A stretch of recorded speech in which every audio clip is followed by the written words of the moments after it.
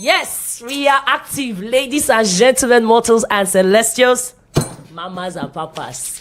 vivxsports, we don't show again, and this is the time for us to focus and look into Group C.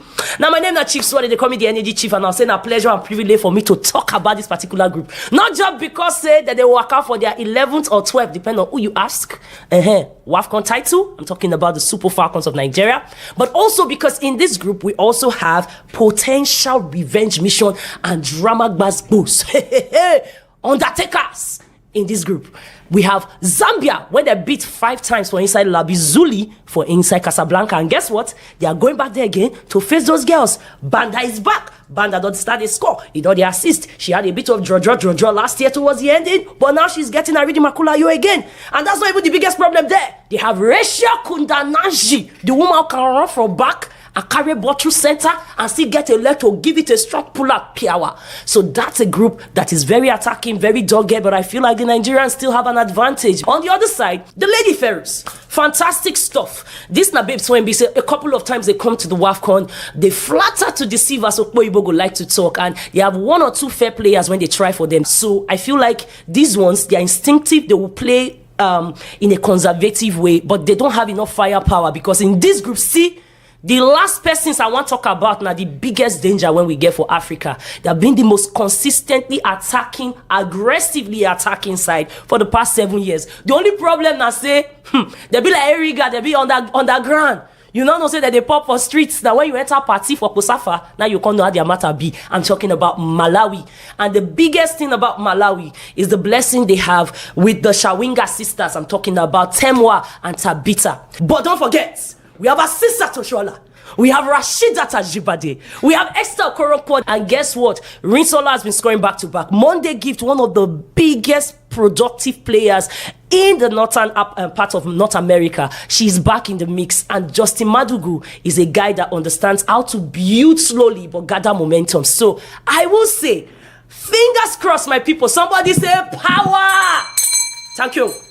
The Super Falcons will come out of this group. But if you ask me, who go follow them, a Malawian side might just upset a Zambian side. Let me know what you think and jump on top of this train. We'll get this show going.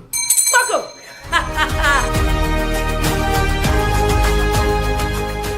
We'll be taking a look at Group B, comprising of South Africa, Cote d'Ivoire, Burkina Faso, and of course Tanzania. For the South Africans, they've always believed that they have more to offer when it comes to the Wafcon. And don't forget that they've already made 2 appearances at the World Cup. And this time around, they're having a lot of things at stake. Not just winning the trophy, but also qualifying for the World Cup in Brazil Cup 2027. They'll be looking up to a particular lady, talking about Linda Maserama Mathalu, to help them with this journey. Cote d'Ivoire will be making a return after so many absences at the Wafcon. And of course, the last time they were there was in 2014, and that was when they were third, beating the same South Africa to end that spot and of course qualify for Canada 2015. And this time around, they'll be looking to make it better. And for Reynard Pedro and his side, they want to go one better. And one lady they will be looking up to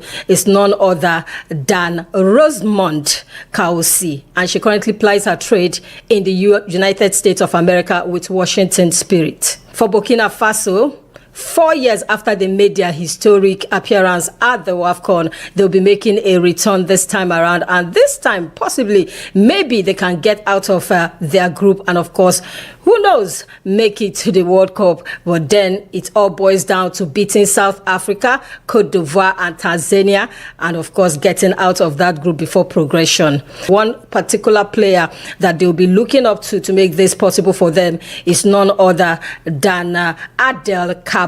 And for the Tanzanian women national team, all nicknamed Twiga Stars, this will be their 3rd appearance at the Wafcon. And of course, they've not had it so good in the Wafcon because they were there in 2010. They lost all group games. They were there in 2024. They lost all group games except for a draw against same South Africa. It's like a familiar foe in that group. And of course, course, they'll be looking to do one better also. They'll be looking to better their previous 2 appearances results, and of course, possibly maybe qualify Tanzania for their first ever Women's World Cup. One lady that they'll be looking up to also make this happen is none other than Clara Luvanga, and she plies her trade right there in the Saudi Women's League with Al Nassr. What does it about Group B?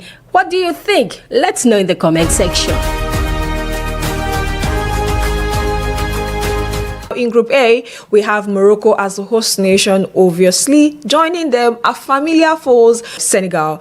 And of course, we have Kenya and Algeria. Morocco and Senegal are familiar with one another in the last 1 year, 6 months thereabouts, because they've met twice. The first time they met in Casablanca in a friendly. Morocco actually pummeled Senegal by 7-0 in Casablanca. But the next time they will be meeting was going to be at the Women's African Cup of Nations in Morocco also, that was held in 2025. That's the 2024 edition, and it took a penalty in the first half to give Morocco all 3 points in their Group A game.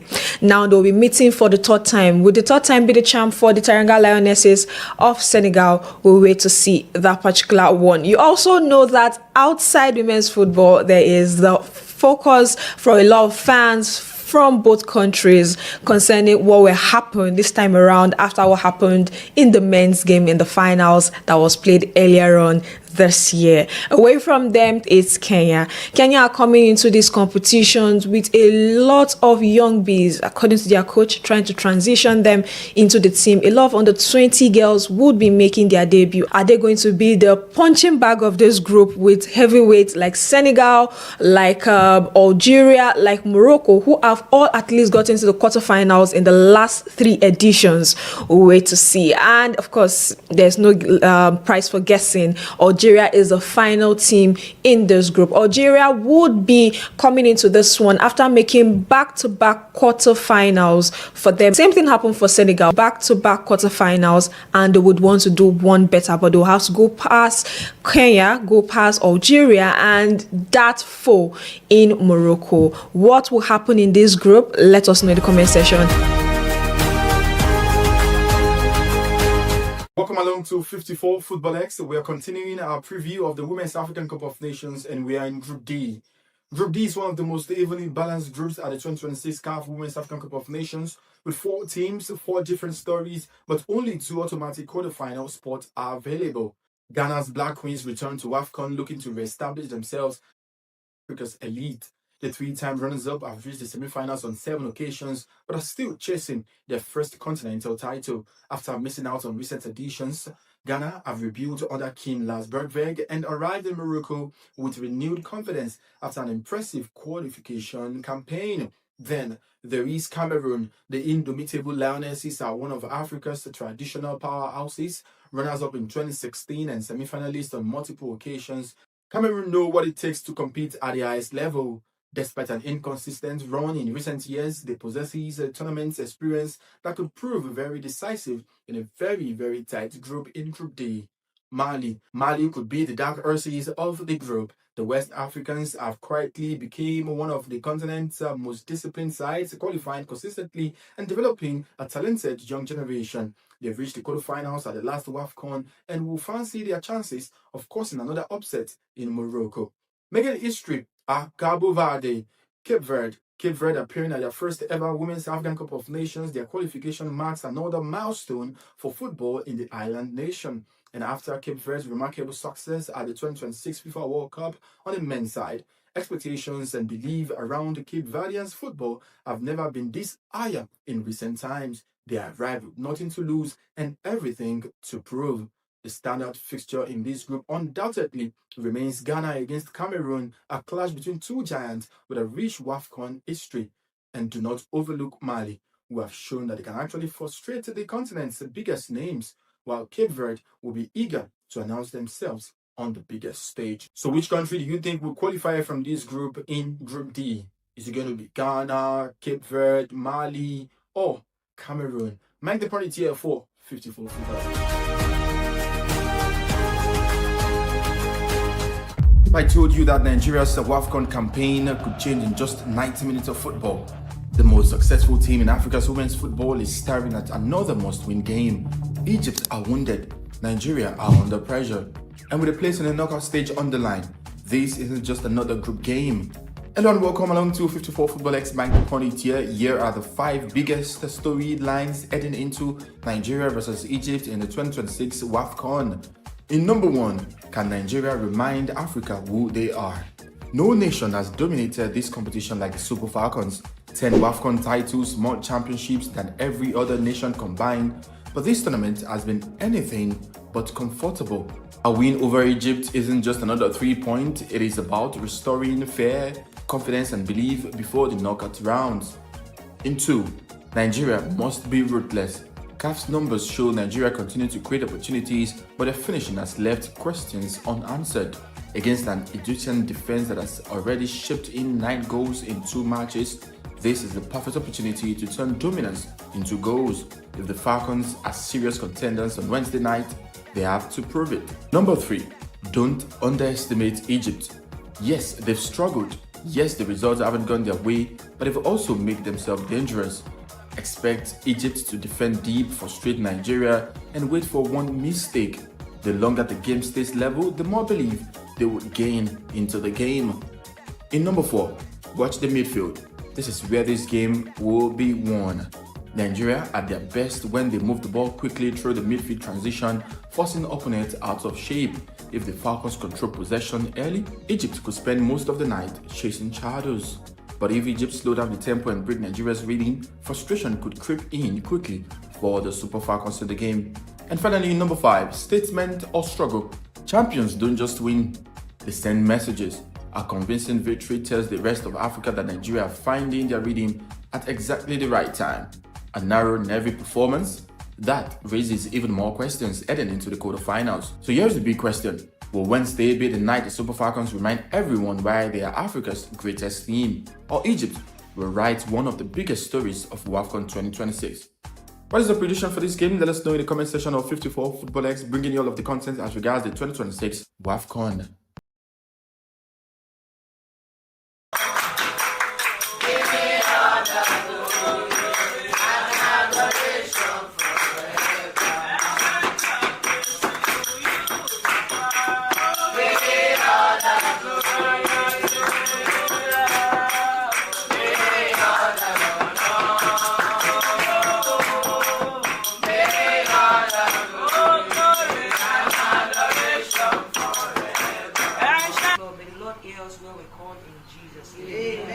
Father, we thank you because we have asked according to your will. We thank you because you have answered all of our prayers in Jesus' name. Thank you because everything that we have requested this morning has become our testimony, and all glory will be unto you in the hand in Jesus' name. In Jesus' name we pray. Amen.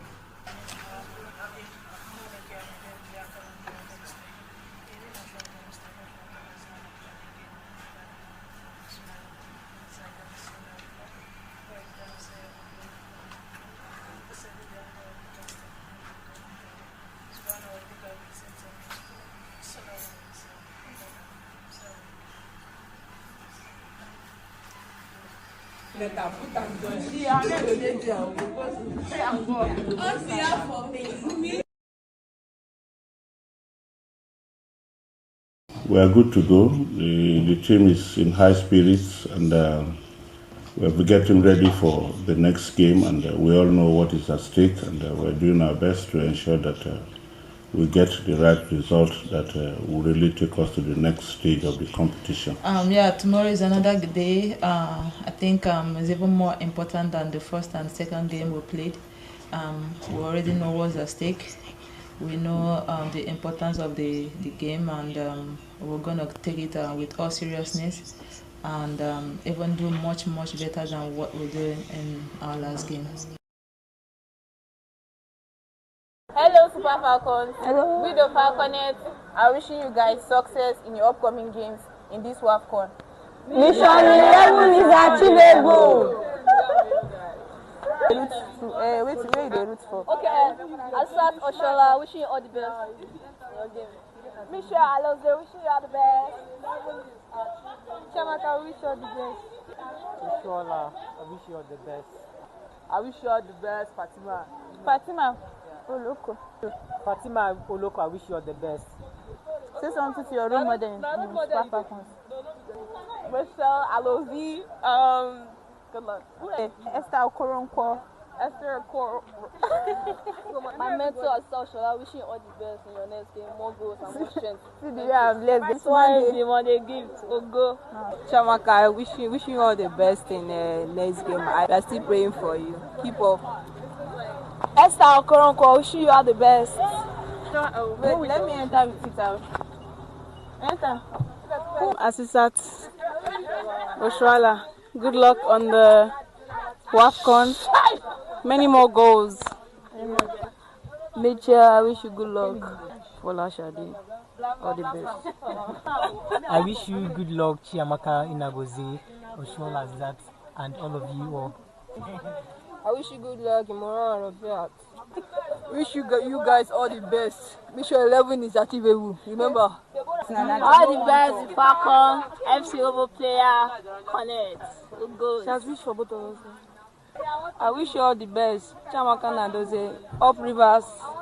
I wish you best of luck. Ajibade Rashida, Sato Shoala, and Oladipo Shukura. Wishing you all the best and Agbabola at South Shola, more goals, more strength. Wishing you all the best, Rashida Ajibade. And the whole team. Rashida, now only the wish you. Wish you all the best, Chamaka Nadoze, and the old Super Falcons. FC Ovo Connect, we wish you all the best. Deborah Abiodun, Esther Okoroko, Michelle Aloze, wishing you all the best, and every other person. Abiodun, Deborah, good luck. I'm always rooting for you. An opportunity there for Nigeria. Oh, it's a goal for Nigeria against Zambia. Lights are off for your period. I'm telling you, Assistant Oshola, don't put Nigeria for front. The Zambians no believe them. They've never expected it. But then it's done and dusted. First goal for Nigeria. Assistant Oshola started not from the bench, but the very first 11 for Nigeria, and she made it count. A very great pass there from the captain of the side, talking about the girl with the blue hair, Azato Ajibade, to have sighted Oshola there. And Oshola not as pacey as she used to be, but there was like nothing Lushamo whoever could have done. I mean, she got the rebound, but you have to be able to be very strong to body a ball off Oshola, and that was done there unsuccessfully, and Nigeria gets the lead and get the stats they need, because they've not really been the better side in this one. But I think that would boost their confidence going into this game. I told you that Nigeria's Wafcon campaign could change in just 90 minutes of football. The most successful team in Africa's women's football is staring at another must-win game. Egypt are wounded, Nigeria are under pressure, and with a place in the knockout stage on the line, this isn't just another group game. Hello and welcome along to 54 Football X Bank upon it here. Here are the 5 biggest storylines heading into Nigeria versus Egypt in the 2026 Wafcon. In number 1, can Nigeria remind Africa who they are? No nation has dominated this competition like the Super Falcons. 10 Wafcon titles, more championships than every other nation combined. But this tournament has been anything but comfortable. A win over Egypt isn't just another 3-point, it is about restoring fair confidence and belief before the knockout rounds. In 2, Nigeria must be ruthless. CAF's numbers show Nigeria continue to create opportunities, but their finishing has left questions unanswered. Against an Egyptian defense that has already shipped in 9 goals in 2 matches, this is the perfect opportunity to turn dominance into goals. If the Falcons are serious contenders on Wednesday night, they have to prove it. Number 3, don't underestimate Egypt. Yes, they've struggled. Yes, the results haven't gone their way, but they've also made themselves dangerous. Expect Egypt to defend deep, frustrate Nigeria, and wait for one mistake. The longer the game stays level, the more belief they would gain into the game. In number 4, watch the midfield. This is where this game will be won. Nigeria at their best when they move the ball quickly through the midfield transition, forcing opponents out of shape. If the Falcons control possession early, Egypt could spend most of the night chasing shadows. But if Egypt slowed down the tempo and break Nigeria's rhythm, frustration could creep in quickly for the Super Falcons in the game. And finally, number 5, statement or struggle. Champions don't just win, they send messages. A convincing victory tells the rest of Africa that Nigeria are finding their rhythm at exactly the right time. A narrow, nervy performance? That raises even more questions heading into the quarterfinals. So here's the big question. Will Wednesday be the night the Super Falcons remind everyone why they are Africa's greatest team? Or Egypt will write one of the biggest stories of Wafcon 2026? What is the prediction for this game? Let us know in the comment section of 54 Football X, bringing you all of the content as regards the 2026 Wafcon. We are good to go. The team is in high spirits, and we're getting ready for the next game, and we all know what is at stake, and we're doing our best to ensure that we get the right result that will really take us to the next stage of the competition. Yeah, tomorrow is another day. I think it's even more important than the first and second game we played. We already know what's at stake. We know the importance of the game, and we're going to take it with all seriousness and even do much better than what we did in our last game. An opportunity there for Nigeria. Oh, it's a goal for Nigeria against Zambia. Right her off for your period. I'm telling you, Assistant Oshola, don't put Nigeria for front. The Zambians no believe them. They've never expected it. But then it's done and dusted. First goal for Nigeria. Assistant Oshola started not from the bench, but the very first 11 for Nigeria, and she made it count. A very great pass there from the captain of the side, talking about the girl with the blue hair, Azato Ajibade, to have sighted Oshoala there. And Oshoala not as pacey as she used to be, but there was like nothing Lushamo whoever could have done. I mean, she got the rebound, but you have to be able to be very strong to body a ball off Oshoala, and that was done there unsuccessfully, and Nigeria gets the lead and get the stats they need, because they've not really been the better side in this one, but I think that would boost their confidence going into this game. If I told you that Nigeria's Wafcon campaign could change in just 90 minutes of football, the most successful team in Africa's women's football is staring at another must-win game. Egypt are wounded, Nigeria are under pressure, and with a place in the knockout stage on the line, this isn't just another group game. Hello and welcome along to 54 Football X Bank upon it here. Here are the 5 biggest storylines heading into Nigeria versus Egypt in the 2026 Wafcon. In number 1, can Nigeria remind Africa who they are? No nation has dominated this competition like the Super Falcons. 10 Wafcon titles, more championships than every other nation combined. But this tournament has been anything but comfortable. A win over Egypt isn't just another 3-point, it is about restoring fair confidence and belief before the knockout rounds. In 2, Nigeria must be ruthless. CAF's numbers show Nigeria continue to create opportunities, but their finishing has left questions unanswered. Against an Egyptian defense that has already shipped in 9 goals in 2 matches, this is the perfect opportunity to turn dominance into goals. If the Falcons are serious contenders on Wednesday night, they have to prove it. Number 3, don't underestimate Egypt. Yes, they've struggled. Yes, the results haven't gone their way, but they've also made themselves dangerous. Expect Egypt to defend deep, frustrate Nigeria, and wait for one mistake. The longer the game stays level, the more belief they would gain into the game. In number 4, watch the midfield. This is where this game will be won. Nigeria at their best when they move the ball quickly through the midfield transition, forcing opponents out of shape. If the Falcons control possession early, Egypt could spend most of the night chasing shadows. But if Egypt slowed down the tempo and break Nigeria's rhythm, frustration could creep in quickly for the Super Falcons in the game. And finally, number 5, statement or struggle. Champions don't just win, they send messages. A convincing victory tells the rest of Africa that Nigeria are finding their rhythm at exactly the right time. A narrow, nervy performance?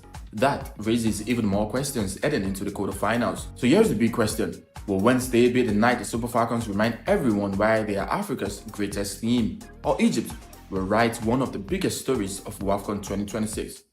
What is the prediction for this game? Let us know in the comment section of 54 Football X, bringing you all of the content as regards the 2026 Wafcon. We are good to go. The team is in high spirits, and we're getting ready for the next game, and we all know what is at stake, and we're doing our best to ensure that we get the right result that will really take us to the next stage of the competition. Yeah, tomorrow is another day. I think it's even more important than the first and second game we played. We already know what's at stake. We know the importance of the game, and we're going to take it with all seriousness and even do much better than what we did in our last game.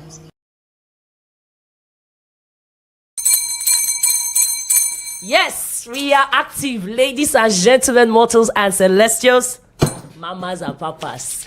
vivxsports, we don't show again, and this is the time for us to focus and look into Group C. Now, my name is Chief Swadi, they call me the Energy Chief, and I'll say it's a pleasure and privilege for me to talk about this particular group. Not just because that they work out for their 11th or 12th, depending on who you ask.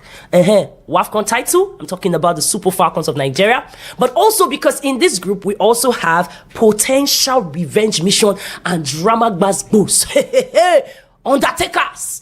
In this group, we have Zambia, where they beat 5 times for inside Labizuli for inside Casablanca. And guess what? They are going back there again to face those girls. Banda is back. Banda don't start a score. He don't the assist. She had a bit of draw last year towards the ending, but now she's getting a ready Makulayo again. And that's not even the biggest problem there. They have Resha Kundananji, the woman who can run from back and carry ball through center and still get a leg to give it a strong pull-up power. So that's a group that is very attacking, very dogged, but I feel like the Nigerians still have an advantage. On the other side, the Lady Pharaohs, fantastic stuff. This na babes when say a couple of times they come to the Wafcon, they flatter to deceive us, Okpoibo go like to talk, and they have 1 or 2 fair players when they try for them. So I feel like these ones, they are instinctive, they will play in a conservative way, but they don't have enough firepower, because in this group C, the last persons I want to talk about now, the biggest danger when we get for Africa. They have been the most consistently attacking, aggressively attacking side for the past 7 years.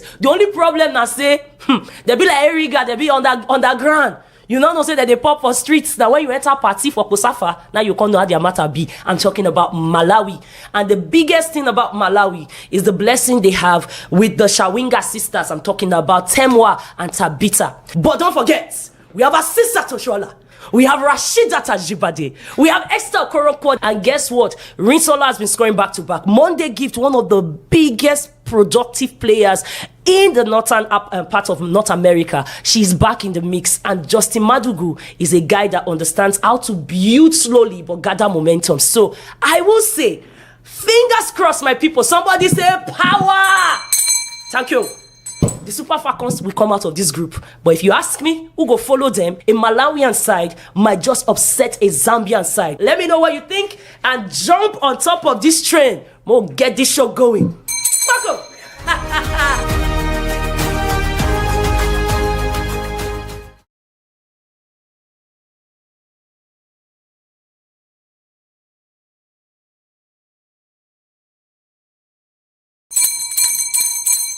Yes, we are active, ladies and gentlemen, mortals and celestials, mamas and papas.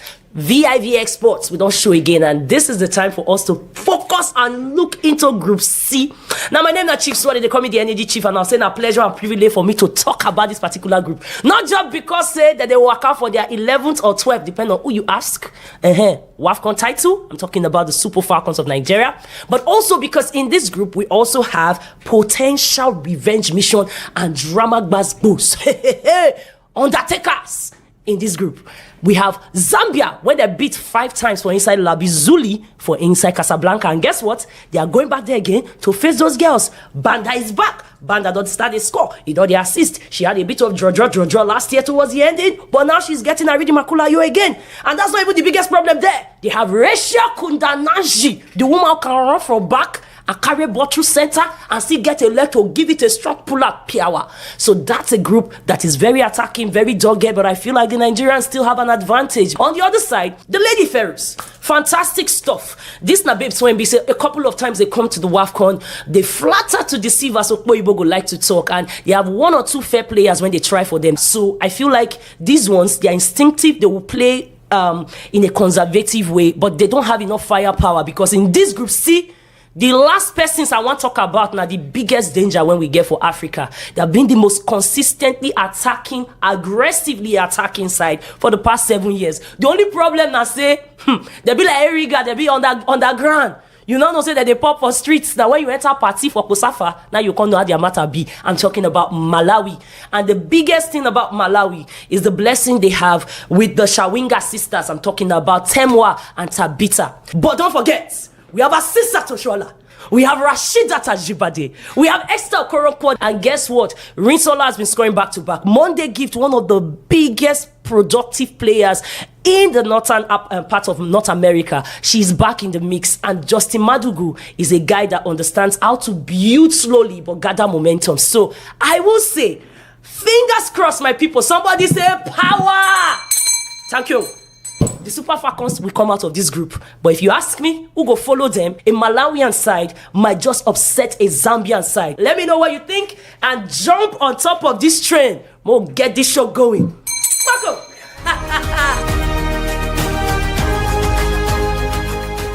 We'll be taking a look at Group B, comprising of South Africa, Cote d'Ivoire, Burkina Faso, and of course, Tanzania. For the South Africans, they've always believed that they have more to offer when it comes to the Wafcon. And don't forget that they've already made 2 appearances at the World Cup. And this time around, they're having a lot of things at stake. Not just winning the trophy, but also qualifying for the World Cup in Brazil come 2027. They'll be looking up to a particular lady, talking about Linda Maserama Mathalu, to help them with this journey. Cote d'Ivoire will be making a return after so many absences at the Wafcon. And of course, the last time they were there was in 2014, and that was when they were third, beating the same South Africa to end that spot and of course qualify for Canada 2015. And this time around they'll be looking to make it better. And for Reynard Pedro and his side, they want to go one better. And one lady they will be looking up to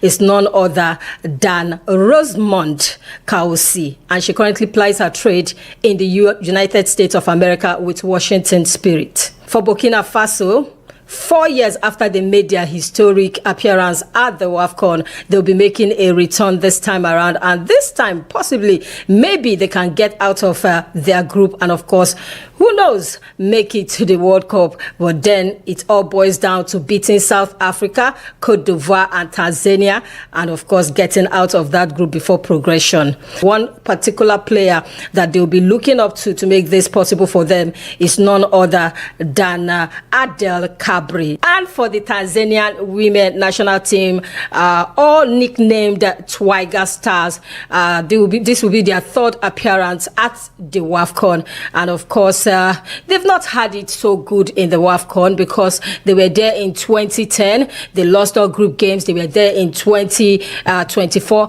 They lost all group games except for a draw against same South Africa. It's like a familiar foe in that group. And of course, they'll be looking to do one better also. They'll be looking to better their previous 2 appearances results, and of course, possibly maybe qualify Tanzania for their first ever Women's World Cup. One lady that they'll be looking up to also make this happen is none other than Clara Luvanga, and she plies her trade right there in the Saudi Women's League with Al Nassr. What does it about Group B?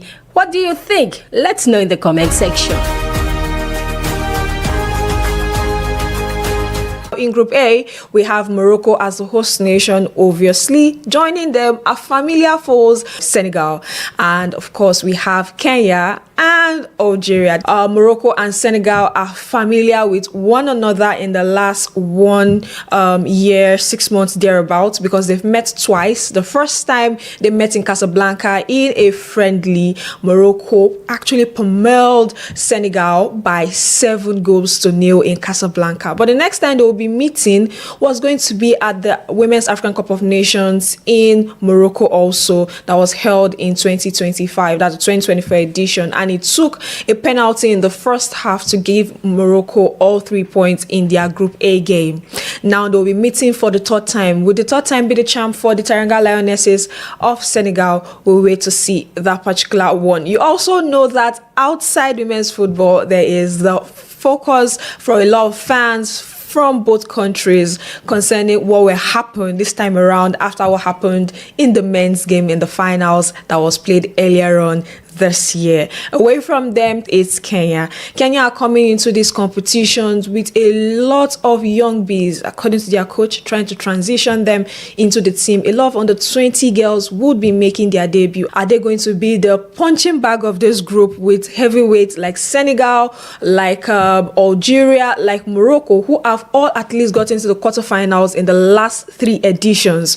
We'll wait to see. And of course, there's no prize for guessing. Algeria is the final team in this group. Algeria would be coming into this one after making back-to-back quarterfinals for them. Same thing happened for Senegal, back-to-back quarterfinals, and they would want to do one better, but they'll have to go past Kenya, go past Algeria, and that foe in Morocco. What will happen in this group? Let us know in the comment section. Welcome along to 54 Football X. We are continuing our preview of the Women's African Cup of Nations.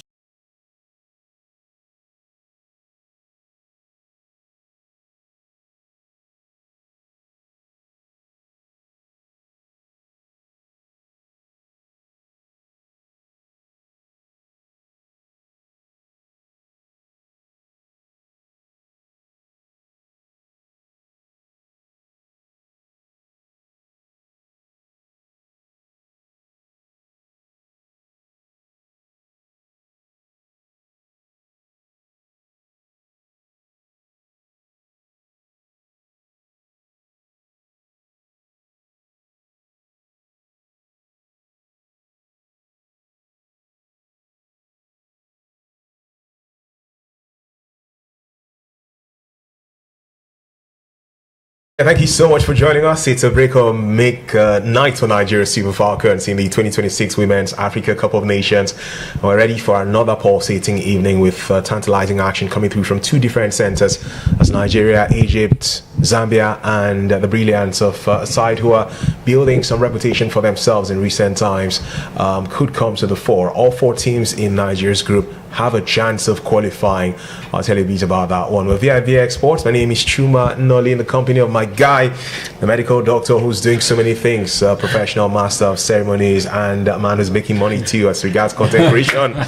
Dr. George, what's up, bro? Good to see you. It's great to be here. I mean, anytime we are in the studio, it's a good luck charm. It's a banger of goals. Except for Senegal. Except for Senegal. When we hung out together, Senegal started. There would always be exceptions. There will always be exceptions. But 9 out of 10 times is always a banger. And for the Super Falcons, they will need all the good luck they can get with all the patience that have been given to them by Nigerians. This is make or mar, break or crack, lose or snooze. It's the World Cup at stake, really.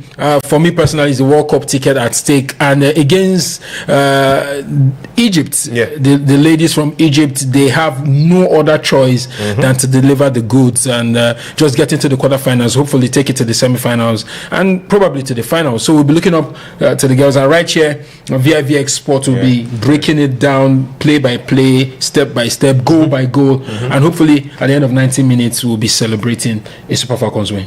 when he said break it down step by step, is because there are permutations, calculations, and the likes around Nigeria's Super Falcons and their quest to progress. Malawi are topping the group as things stand. Nigeria second, Zambia third, Egypt bottom. But like I said, all 4 teams still have a chance to progress depending on how results do play out. Egypt will have to beat Nigeria 11-0 or something around that range, and then hope that Zambia lose to Malawi if they are to, against all odds, march on to the knockout rounds. For the Super Falcons, it's 2 ways really. First of all, be dominant enough, score as many goals as possible. 5-6 goals against Egypt, win by 5-6 goals to nothing, and you're safe whatever happens in the other game. Or get into the calculations of expecting any win against Egypt and hoping that Zambia don't get a 4-3 win or above against Malawi. All of the calculations around the place. Thank you for joining us. The comment section will be buzzing with your thoughts as always. We're counting down time now, less than 15 minutes away from kickoff in this tantalizing reality. It's been a competition that has given us some shortcuts. We saw South Africa lose the other time. We saw Cameroon beat Ghana. You know, South Africa found a way to resurrect themselves again after that first defeat against Tanzania too. And I'm sure Nigeria will be hoping to do the same thing after their defeat against Malawi in the opening game. Morocco have been the best of the lot so far. 7 points they got from their 3 group games. And it's high time the 10-time African champions rose to the occasion to remind everybody why we have been the best in Africa for 10 of the 13 editions of this competition before this year's championship. Well, Dr. George, tension to your mind with all of these calculations? Let's start from there. I'm not tensed. I mean, concerns here, but I'm not tensed because we've seen the Super Falcons time and again when odds against when their backs are against the wall, odds against them come through. The last Wafcon, remember they drew their first game 0-0 and then went on to win number 10. And so I think that against Egypt, that you can say has been the whipping ladies of the group. 6-0 first game, 3-1 second game, effectively out of the competition. They should be mincemeat for the Super Falcons. It should just be a stroll in the park, I expect. But I also know that the girls shouldn't be complacent because I think complacency played a big role in losing their first game. And now that they've seen that the situation of things with the permutations, the calculations, the subtractions and additions, they know that they need to do the work. And I think that in the way Madugu has set up going into this game, I think that he knows the gravity of the work in front of him, and the ladies know what they expected to do. So I know that they will go in and come out unscathed. All right, we're just going to look at that starting 11 shortly to let you in on it, because the coach has made several changes from that side that got victory against Zambia with a 1-0 success that came our way over the weekend, and a few of those have been as a result of suspensions or sanctions. Eche Guinea, for example, 2 yellow cards in 2 games, and she has had to be dropped out of this fixture despite being one of the shining lights for Nigeria. She's suspended from this fixture. And so coming in to take her spot will be the brilliance of a lady who's ready to prove her mettle, Tony Payne. How about inflicting on Egypt some pain with the presence of Tony in the mix now. Oladipo also comes in from that left back position, and Imoro is off. And I think that for me, the one that really gets me thinking and talking about right now is Omorishola Babajide, who's in, and we know that Abiodun has been dropped. Deborah Abiodun, that is, from the starting XI. Ijami Lucy also comes into the Nigerian setup.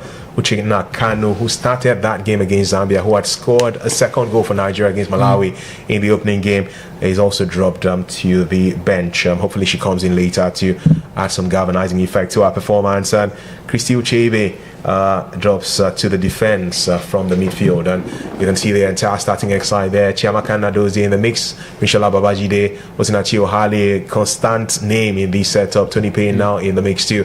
Asisato Shola, who starts her second consecutive game after being introduced off the bench in the game against Malawi. She scored against Zambia, and so that form has led to her being brought into the setup from the beginning by the coach off the side. Ijami Lucy, Uchebe, Abiodun, Ajibade Alozie, and Oladipo. It's been like there's not been a constant starting XI for Nigeria from game 1 to game 2 and game 3. There's been changes across board. Is it worrisome? Does he feel like the coach doesn't know his best 11 or something? For the first game, I think that he tinkered a little too much because he's known these girls from the last Wafcon, and a major compliment of the players in this side were from the last competition. I think that he just wanted to tinker a little bit, just try out a few things, and he came back to haunt him in the first game. In the second game, he sort of resorted to what a lot of us knew from the defense moving forward. But in this third game, there's been 2 enforced substitutions because of the suspensions, and then is the last game, so he's probably trying to tinker just a little bit, and you've seen Jamilusi played in the first game, wasn't shiny, had to be dropped. But in this game, we've seen it's the last game. There are suspensions here and there, an opportunity to try a few things. We've seen Tony Payne now come into the mix. Of course, Oladipo has come in because of the suspension to yellow cards. Echegini, and of course the centre back also who Shukra from Roma has also come in to partner. So Tony Payne also, because Echegini is out, Jamilusi has come into the picture. So I think that the suspensions has meant that he's had to try. But this, irrespective of the team that he plays, is a strong team. Whether against Malawi or against Egypt, is a team that should go in and get the results and get the game going. So I expect to see every girl on this, every lady in this team turn up and deliver the maximum goods. A song like that says anytime you hear the bed will make you turn up. A song from Olamide or something like that. So the players are ready to turn up. Right. While we are going to be bringing to you all the action as to description of the game involving Egypt and Nigeria, we'll have our eyes at the same time on the other fixture that we'll see two massive sides in action. Malawi debutants in this tournament have built themselves to be respected. 6 points from their first two games, and hey, you don't want to have a condescending approach towards them, not with the presence of all the stars in that team. And then there's Zambia too with Barbara Banda. They were in the quarterfinals last time out, lost to Nigeria scandalously for that match. They would like to get to the quarterfinals again. They would like to be at the World Cup as well. So there's so much more at stake beyond just winning this trophy, like Dr. George said.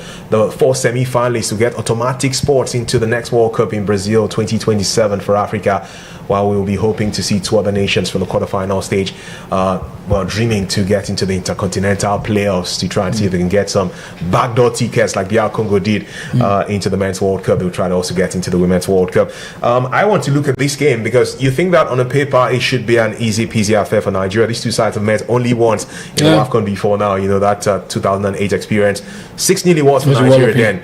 But I'm being careful too, because I know that in that same competition, Nigeria scored as many as 5 or 6 goals against Morocco in 2008. We're in the same group with them. Fast forward to 2024, 2026, Morocco have become perhaps even a better team. They could argue that Nigeria is still matching us. Yes, we beat them in the final of the Wafcon last year, but they had knocked us out in the semi-final stage in the previous edition of the competition. So it feels like the tide is changing, and the North Africans are stepping up to it. We're seeing Algeria also becoming a stronger bunch. Egypt may have lost back-to-back games, but the fact that officially they're not out of this tournament still makes them dangerous, doesn't it? Yeah. Well, they have very slim chance, to be very honest. Yes, they are not completely out, but if you look at the goal difference, it's insane. And so it could go two ways. It could be a proper mauling of the Egyptian side, or it could also be a situation where these ladies feel like, we really have nothing to lose. If we lose against the 10 times champions, then they say when a dog bites a man, it's not news, but when a man bites a dog, it's news. And so if we lose against the Super Falcons, well, it was expected. But what if we just decide to play for the badge, play for glory, and we have nothing to lose? Because when you take on someone who has nothing to lose, you can be under more pressure. In this game, to be very honest, the Super Falcons are under more pressure because of the calculation of things. And so the Egyptians must not be written off. And that's why I said earlier, yes, it looks like it's a straightforward game for the Super Falcons, but they must know that complacency can come back to haunt them, seeing what happened against Malawi, and Egypt to be looking, hoping and praying that the girls just get a little overconfident and extra cocky and might just come back to haunt them. So this game is one to look out for. It's while the Nigerians are favorites, the Egyptians must not be written off, because if they do and they then take advantage of it, it will be really a lot for Nigerians to take, because we will then know that Nigeria doesn't qualify into the next stage, and that's World Cup dreams. Problem that we've qualified for every single Women's World Cup since 1991. We'd like to be in this one next year in Brazil in 2027. Well, let's get to the phone lines. I'd like to get your predictions and expectations before the game kicks off in just about 5 minutes time or so. It's Chuma Nolin here alongside Dr. George, the top doctor, and we are representing vivxsports. Every time that there's action around African teams in every sport beyond just football, for us, we want to prioritize it and bring you all the description as much as we can to ensure that we carry you along. So please click on that subscribe button if you haven't yet. Nice to have you guys during the broadcast right now. Just click on that subscribe button if you can, all right? And that's the only way you can support what we're doing here. We appreciate your presence, and you can turn on your notifications too, so every time we come around for a live broadcast, you sure can be part of it. Whether it's the Super Falcons, the Super Eagles, the Flying Eagles, the Golden Eaglets, tennis, or even our stars shining in other sports, you sure can rest assured that we are delighted every single time to be here to serve you. We have the number on your screen. You can dial that. Tell us where you are watching us from. We'd like to hear that part. So I'm sure there are people from outside Nigeria who are hoping to support the Super Falcons from diaspora. You can drop your thoughts on the comment section of our live stream, or you can dial that number that is on your screen right now. If you're outside Nigeria, of course, you have to add the +234. But if you're within Nigeria, you can go with the 0813 setting. Tolex Nelson is speaking to us, and Tolex says the Super Falcons will win Egypt, and let us hope the match between Malawi and Zambia favors us. Yes, we can, and we will. I love the positivity around you, man, Tolex Nelson. Although, my brother, we should be free, man. You're Nelson. Would it be like Mandela now? You know what's up, huh? But yeah, for Zambia and Malawi, it's a good thing too that it's not the kind of match where you expect that if they agree to draw against each other, they'll mess Nigeria up. No, they are also not in the most comfortable places in the world, because Malawi know that if Zambia beat them by a large margin and Nigeria wins, they could be in trouble too. Zambia, on the other hand, too, as well, have that same challenge too. So it just makes the group even more of a sweet reality for us now. Yes, I love it. I love it. In some groups, the last game was a dead rubber. Yeah. Just you could even have passed for an agreement between the two sides. But in this one, it's a very dicey situation. Zambia, Malawi, Nigeria. Malawi would have thought it was hurrah for them. 6 points, scored lots of goals, but reality, Nigeria winning the second game just made it a little dicey, and so they know that they can't just completely go to bed thinking that it's all done and dusted. So one eye would also be the Zambians and the Malawians playing. One eye would also be in the Super Eagles game. Same way the Super Eagles will have their eye on that game, because there are a plethora of ways that this can go and can knock out anybody. Nobody is safe, really, and so the Zambians, the Malawians will be hoping that they can just do the needful, get a win. For Nigeria, if Zambia and Malawi gets a draw, we win. Coast clear, we are good to go. And then the permutation will then fall between Zambia and Malawi. But if for Zambia and Malawi, if one of them wins, then everybody now sits with their calculator and then try to plot the graph and all of that. So it's exciting, and I really like that African football, for African women's football, has gotten to this point of, then in those days it was 6-0, 8-0, 11-0, but now it's a little more competitive, and it can only bode well for the game, especially going to the global stage. Incredible stuff. Right now, Morocco and Algeria have already qualified from Group A as we speak, 7 points and 6 points respectively for them. And in Group B, we have seen Cote d'Ivoire step up to the plate. They have qualified. South Africa have also joined them. So 4 teams so far into the next round of the competition. That confirmed from the first 2 groups that have wrapped up their third round of matches. And now the focus is on Group C, where we have Nigeria Super Falcons set to play against the Egyptian team in a bit. Well, surely your calls can point, like I did say, that number on your screen staring at you, and the gadget was turned off earlier but is now turned on, so feel free to speak to us whether you're in London. The gadget is turned on, if you get it now, because our beans don't done really. Prediction for you, man. Final score, what do you think? 4-0. Of course, the Super Falcons. Yeah, I know. 4-0. You think we'll keep a clean sheet in this?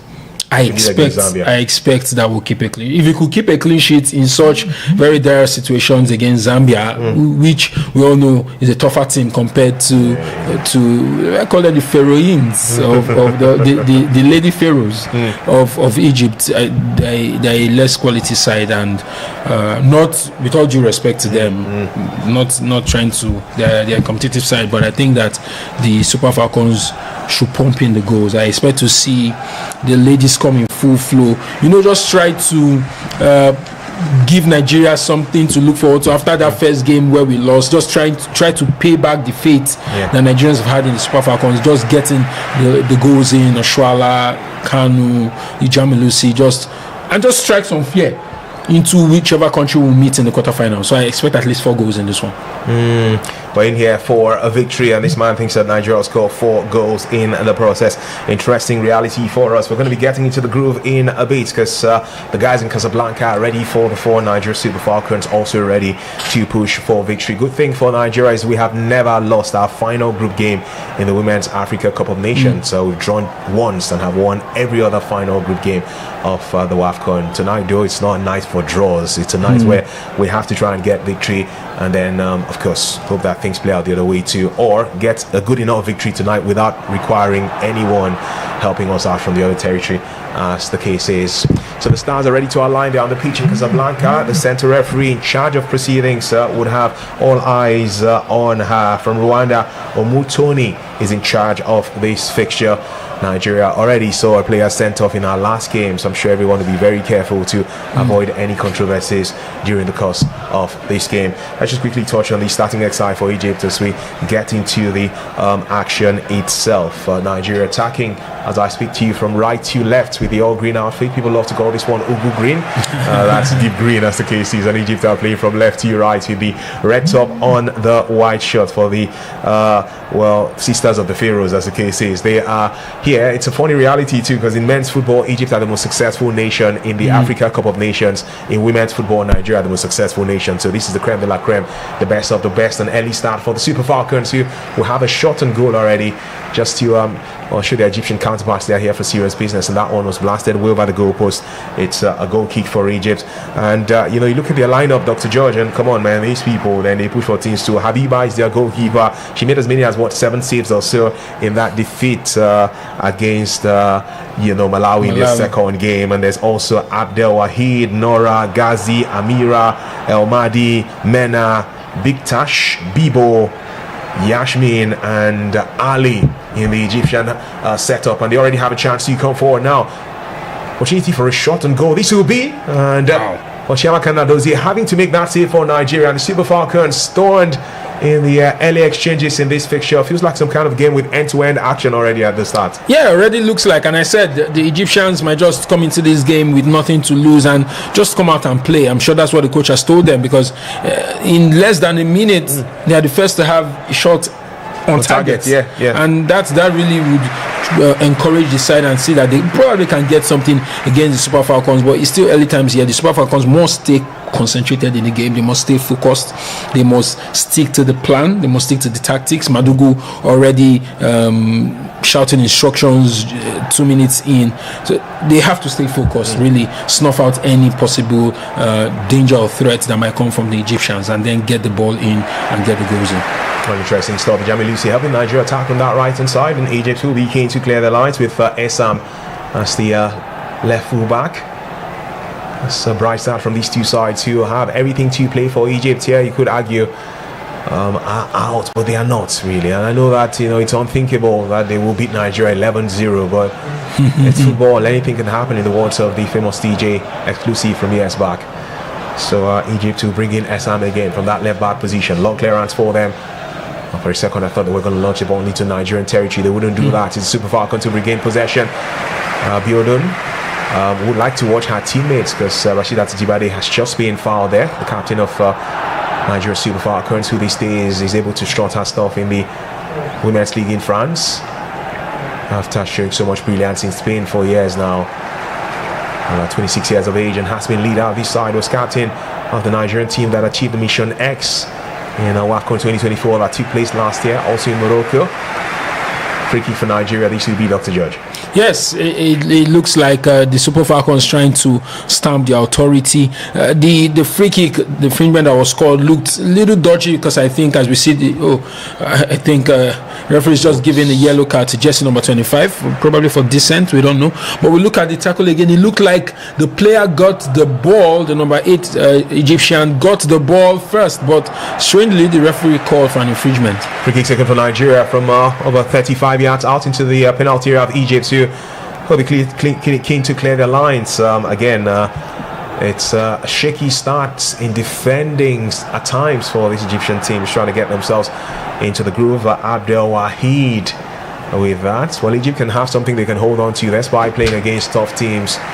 They always find a way not conceding goals in the first 20 minutes. The goals they have let in the first half of matches have been after the 20th minute, and they've conceded more goals in the second half, by the way, but those goals have come after the 60th minute. So they'll be hoping that they can keep a clean sheet in the early exchanges in this, and they would like to pass the ball again from the back, which is what they are doing. The team who are taking part in the Wafcon for the third time or so.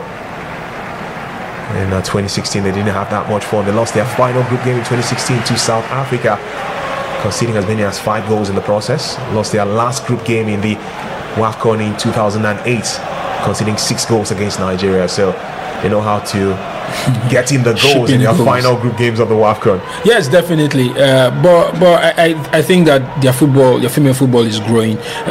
You just remembered in 2008 where Morocco was, and look at Morocco now, rubbing shoulders with South Africa, Nigeria, and the like. So they are growing, and don't be surprised in the next 3-4 editions of the Wafcon, you see Egypt ruffling feathers and rubbing shoulders with the big side. We see Algeria now, just already now making a progress, and with continuous investments, if Nigeria continues to slack in terms of paying attention to female football, this kind of sides in the next couple of years, you could get into a situation where you have an all North African final in the Wafcon, and that's because of the work that they would have put in their football. Putting so much work. Nigeria's Super Falcons can be very bold as to playing against North African side, as they pass the ball around the place. They've never lost in regulation time against the North African team. The only defeat came through penalty kicks against Morocco in the semi-final stage of Wafcon 2022. Sinachi Ohale with that partnership with Ucheibe, just passing the ball around in the back line for Nigeria. They'll come forward now, asking a few questions. And Egypt will push the ball forward towards Nigeria's territory. Retreating back is Shukurat Oladipo, who will like to defend.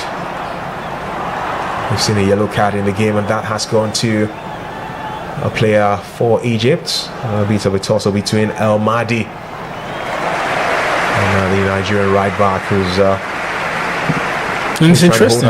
Shukurat. There's so much talk around her, right? He's the best defender in the Italian Women's League. But it's interesting. She's a centre back by trade, but has been pushed to the left back. Ucheibe, who had to put up a shift in centre back in the second game after the red card, retained in the centre back because she had a fantastic performance, of course, against Zambia. But a strange choice, because we have 2 left backs in the Nigerian team on the bench. Imran and I think Ogbonna, left backs on the bench, and the coach decided to go with Shukrat Oladipo. I hope he doesn't backfire, because what you want in your team is to play natural players in their position, and that was part of the issues we had in the first game, where players were played, Olozu was played on the left. We had a few players who were not played in the right position. So let's hope that these players understand their positions and they put a decent shift there.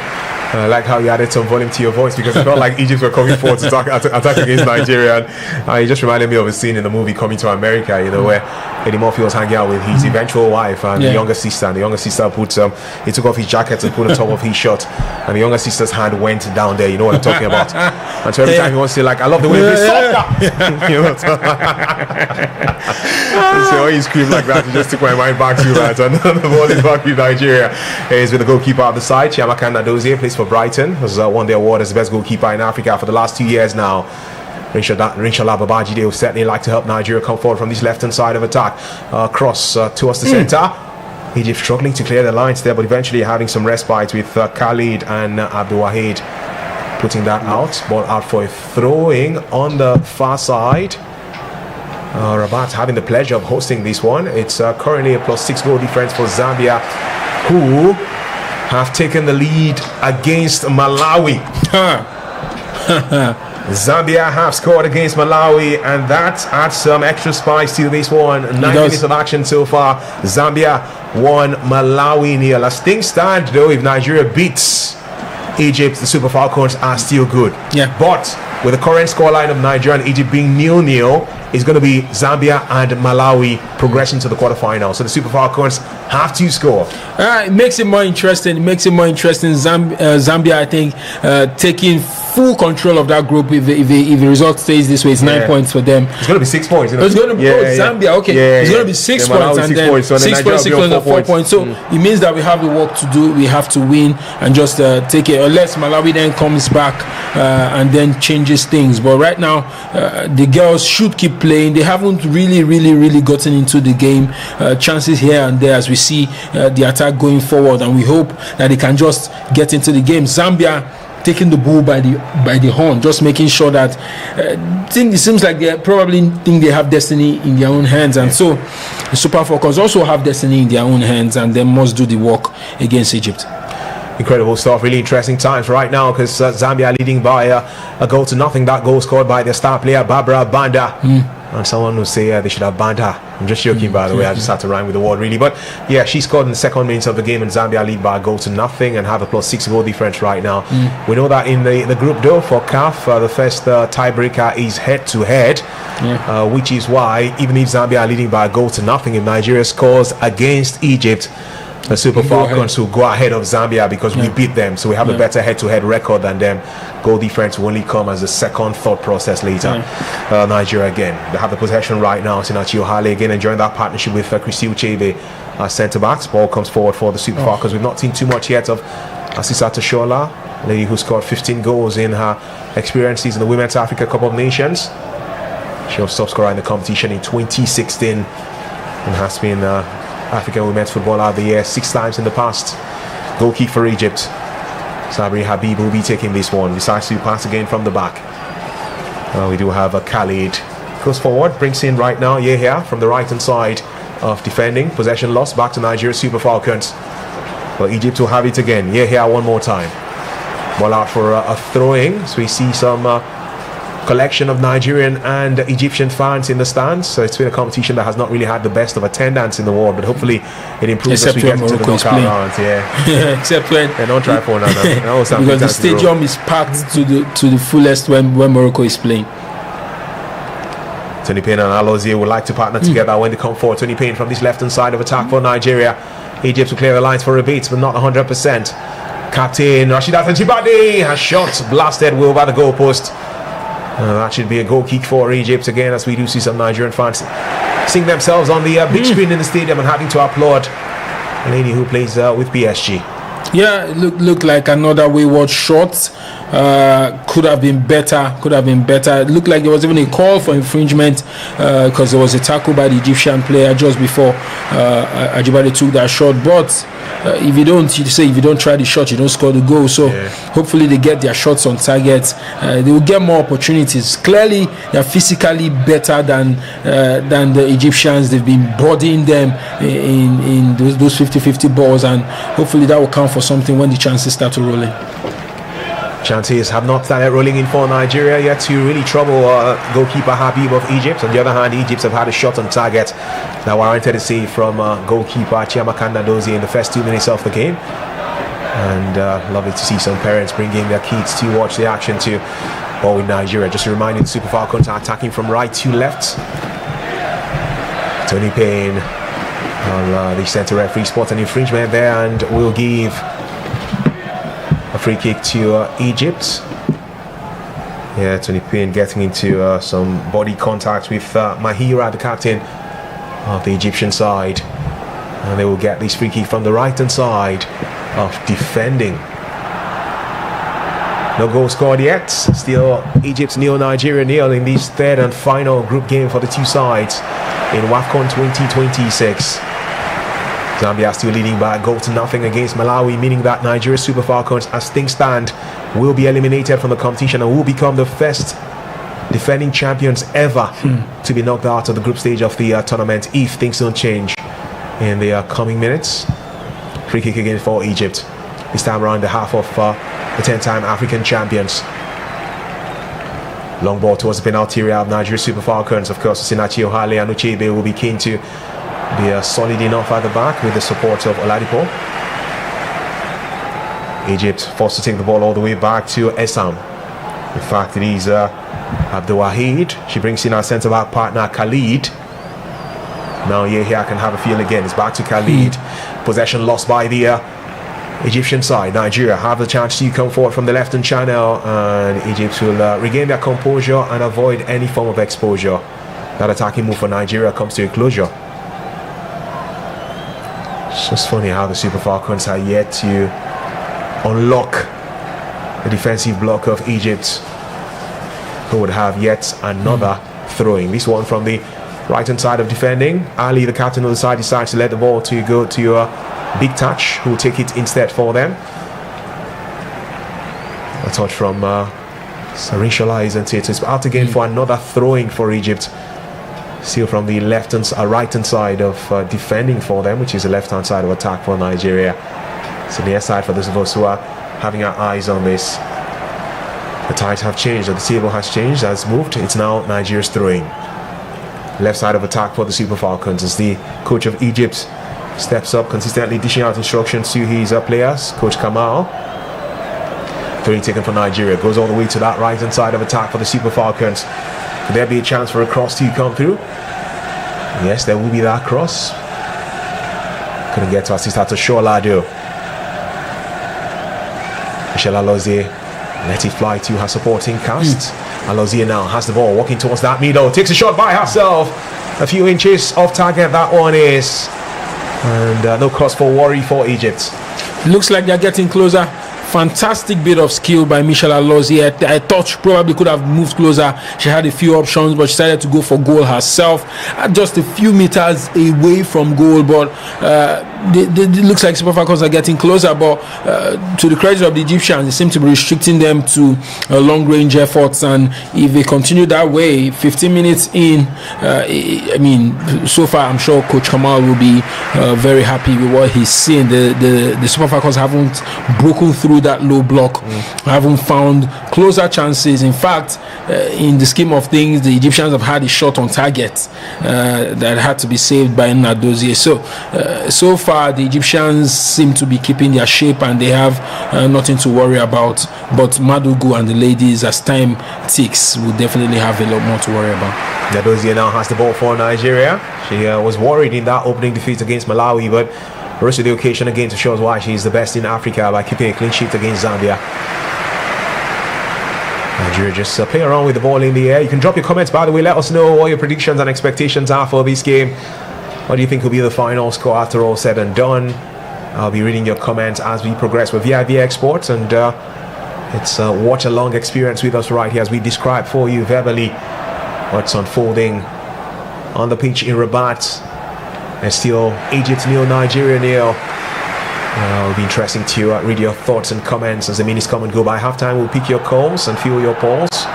Ball back to Chiamaka Nadozie. Clearance by the goalkeeper for the Super Falcons. It's now Nigeria's turn to try and walk their way forward again.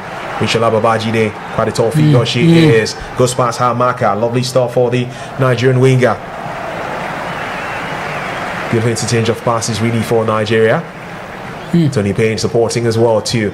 Now he's assisted to Shola herself. Will she have space and time for a shot? Not exactly. There could be a chance for a second attempt. Saved by goalkeeper Habib of Egypt towards the path of Nigeria. Looks like a handball. And there will be an argument for a handball for Nigeria. The referee initially says a corner kick first off for the Super Falcons. Assisted to Shola is just lying on the top while Alozie seems to be saying something to the center referee. Looks like a handball. We'll have to watch the replay again. Of course it's a handball. That's a handball. Well, the argument would be the proximity, from when the shot was taken to where the player was, and the fact that perhaps she was trying to shield her face and she was turning away from the ball. That should be a handball. That should be a handball. We have VAR in this tournament, so I'm sure VAR will also have to check it, but that should be a handball. It wasn't as close range. It seems like it's not going to be given. Yeah. Oh wow. VAR is still checking things out, like you said, for a possible penalty, but at the moment the Super Falcons may just be ready to take a corner kick unless the center referee says otherwise. I think the argument would be the proximity between Oshola and the Egyptian player. That could be the argument if the referee opts not to give a penalty here. She's still communicating with the VAR team, and there'll be a confirmation in a bit. We know how much time was taken in the Nigeria-Zambia game for an initial thought process of what could have been a red card to a Nigerian player. This one may not take that much time, but everybody's on some pause mood. Oh yeah, use remote control. Pause everybody. It's the referee's going to check the VAR screen. It's a penalty.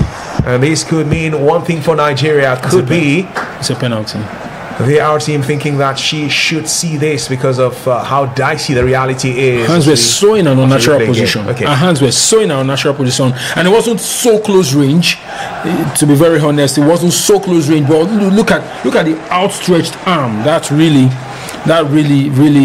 just goes without saying that it's a penalty. She, at the very least, hands could have been in a natural position. You don't defend the ball like that, but she did that, and she's just cost that team 20 minutes in, cost that team a possible goal that could just open the flood of goals for the Super Falcons. Incredible stuff, really incredible stuff for sure. As the center referee keeps watching that VAR screen, she wants to be sure time and time again before making a decision. She's given several angles, and this is another angle that makes it, like I said, look like the defender was so close and could do nothing really other than just trying to shield her face from the ball. That could be the argument. But the referee has seen enough, and we'll get back onto the pitch. In a bit, we will get the confirmation of what her final decision is for this. The center referee was giving us a sign. It's a penalty for Nigeria. The Super Falcons have a chance to score from the sports. Sisato Shola was the one who took the shot, and the lady for Egypt who had her hand was Abdel Wahid. Well, Abdul Wahid will be pinching herself now for that handball.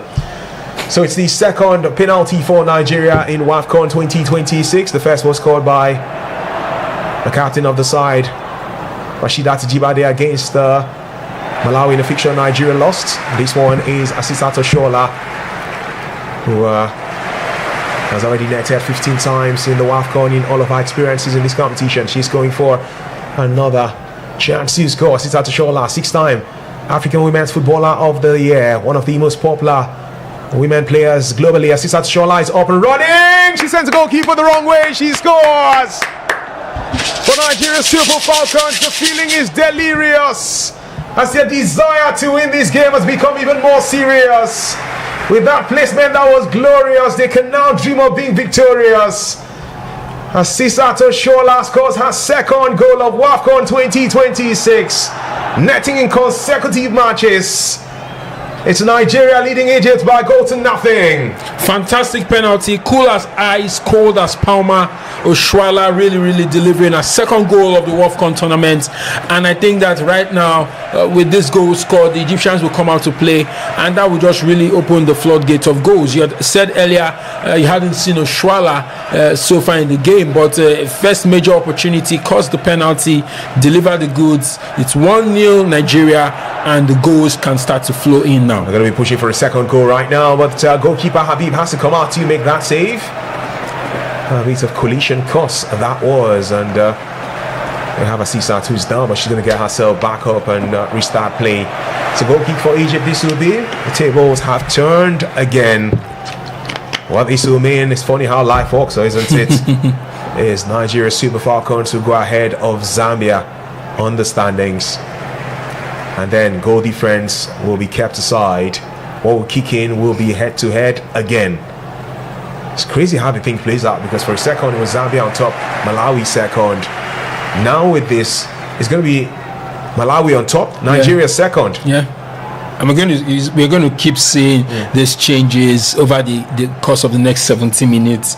Some dancing here and there until the final whistle. But I think right now the Super Falcons are in control of their destiny, of their slots in the quarterfinals, and just if they continue in this light, definitely they should qualify for the next round at the end of the game. Interesting times as we keep watching this one. Egypt now trailing 1-0 against Nigeria Super Falcons, who are ready to ride on the crest of a wave. It's a place in the next World Cup next year, also in the offing for these teams beyond the quest to win the title. Rishala Babajide trying to create something for Nigeria, squaring the ball through and finding no teammate in particular. Ball out for a goal kick for Egypt again. And Habib will pass the ball from the back one more time. She's done more often than not. It's still Malawi 0, Zambia 1, and Egypt 0, Nigeria 1. Egypt seems to enjoy passing the ball from the back. I've hardly seen their goalkeeper go with a long goal kick. It's been deciding to play from behind. Throwing they will have on the near side here. That's the right hand side of defending. Captain of the team will take this again for them. In a lady who is building with her confidence, becoming a better bunch now, trying to help her team avoid yet another embarrassing defeat. Bit of ball control there for Nigeria Super Falcons on the right side by Jami Lucy, out for a throwing for Egypt on that far side, left hand side of defending for them, that is. Still early days in this game, you could say. We're heading towards the half-hour mark officially. So much yet to unfold. Rishala Babajide trying to find Asisat Shola. Her through ball intercepted by the Egyptians. Tony Payne wouldn't mind working her way forward again for Nigeria in a game where we have Michelle Alozie, who had an incredible performance against Zambia. Had to be tested at the end of that fixture. So She's incredible, the one who's dancing here with some good play. Yeah, it's so incredible. She had to be tested afterwards, and we saw a few Nigerians just really questioning why she was tested. But I mean, from a medical standpoint, just so you know, there are two possibilities when it comes to testing players after a football game. Is either a random draw that is done to select players to be tested, or an incredible performance by a player could single the player out for testing, or if intelligence reports were gotten about a player, or if the player just returned from injury, they just want to test and be sure. So it was nothing sinister from CAF or the organizers. It's just standard protocol, and her outstanding performance meant that she had to be tested. But she has the ball again. Alozie launches it forward for Nigeria towards the right hand side of attack for the Super Falcons, that territory where Jami Lucy gets as much support as she can, also from Rashidat Ajibade. Throwing for the Super Falcons. Taking quickly from that right hand side, Egypt to clear the lines. Esam coming to the rescue. Ball into the half of Nigeria. Chiamaka Nadozie had to come all the way into the center circle area to regain possession for the Super Falcons, and brings in Osinachi Ohale, one of the experienced heads in this Nigerian setup. Ohale. The Super Falcons have a proud history against North African teams in this competition. It's been wins aplenty for them over the years. They've conceded only 3 goals against North African teams, and all 3 have been against Morocco in 2 different matches. Barring that, they score goals with reckless abandon and keep clean sheets when they face North African rivals. One of those was a goal extra against Algeria in Wafcon 2024 that took place last year. They would have a free kick for Egypt around the center circle area in the half of Nigeria Super Falcons. It's expected to be a long ball towards the penalty area of the 10-time African champions. Ball into penalty area of Nigeria. Alozie will head that out. Think it may be a corner kick for Egypt. So it was a final touch from the head of an Egyptian player. Yet a corner kick for Egyptian ladies. Right now the focus is on the head-to-head record. And so any result that Malawi, Nigeria and Zambia had against Egypt does not count. A stick stand because of the fact that all 3 nations have 6 points. Corner kick for the Egyptian setup from the right hand side of attack. This is Jami Lucy amongst the Nigerian players back in the penalty area to help in defending. And she was one of those players who found the back of the net in the final for Nigeria as we came from 2-0 down to beat Morocco by 3-2. Corner kick taken straight into the arms of Chiamaka Nadozie. Keeper Brighton, after the defeat against Malawi, said hey, she tries not to dwell on her mistakes and go into the next game with a desire to prove that she's as good as she is, and she did that. So there's a more confident hand in this game against Egypt tonight. It's a free kick for Nigeria. Yes, it is a foul towards the right hand side of attack for the Super Falcons, and not too sure there's any cause for complaint there from the Egyptian lady Tarek. just a step on Ajibade's on Ajibade's, like say Achilles, Achilles, and can be quite painful. And but she's dusted herself up. No booking from the referee. I mean, we are in a spell of control and dominance. The Super Falcons, we just needed to translate into goals, and I think that I smell a goal. In PG, they say goal they smell, goal they smell. We have the aerial view of the stadium. It's mostly empty, to be honest. We do have a few fines sprinkled around the place. Free kick for Nigeria Super Falcons. Osinati Ohale will help out. Long ball into the penalty area of Egypt. To no one in particular. The Egyptian ladies will clear their lines. The ball back to Nigeria. This is a game that is giving us time, minutes by minutes. Nigeria will be showing that they minutes. The quest to march on. Michelle Alozie.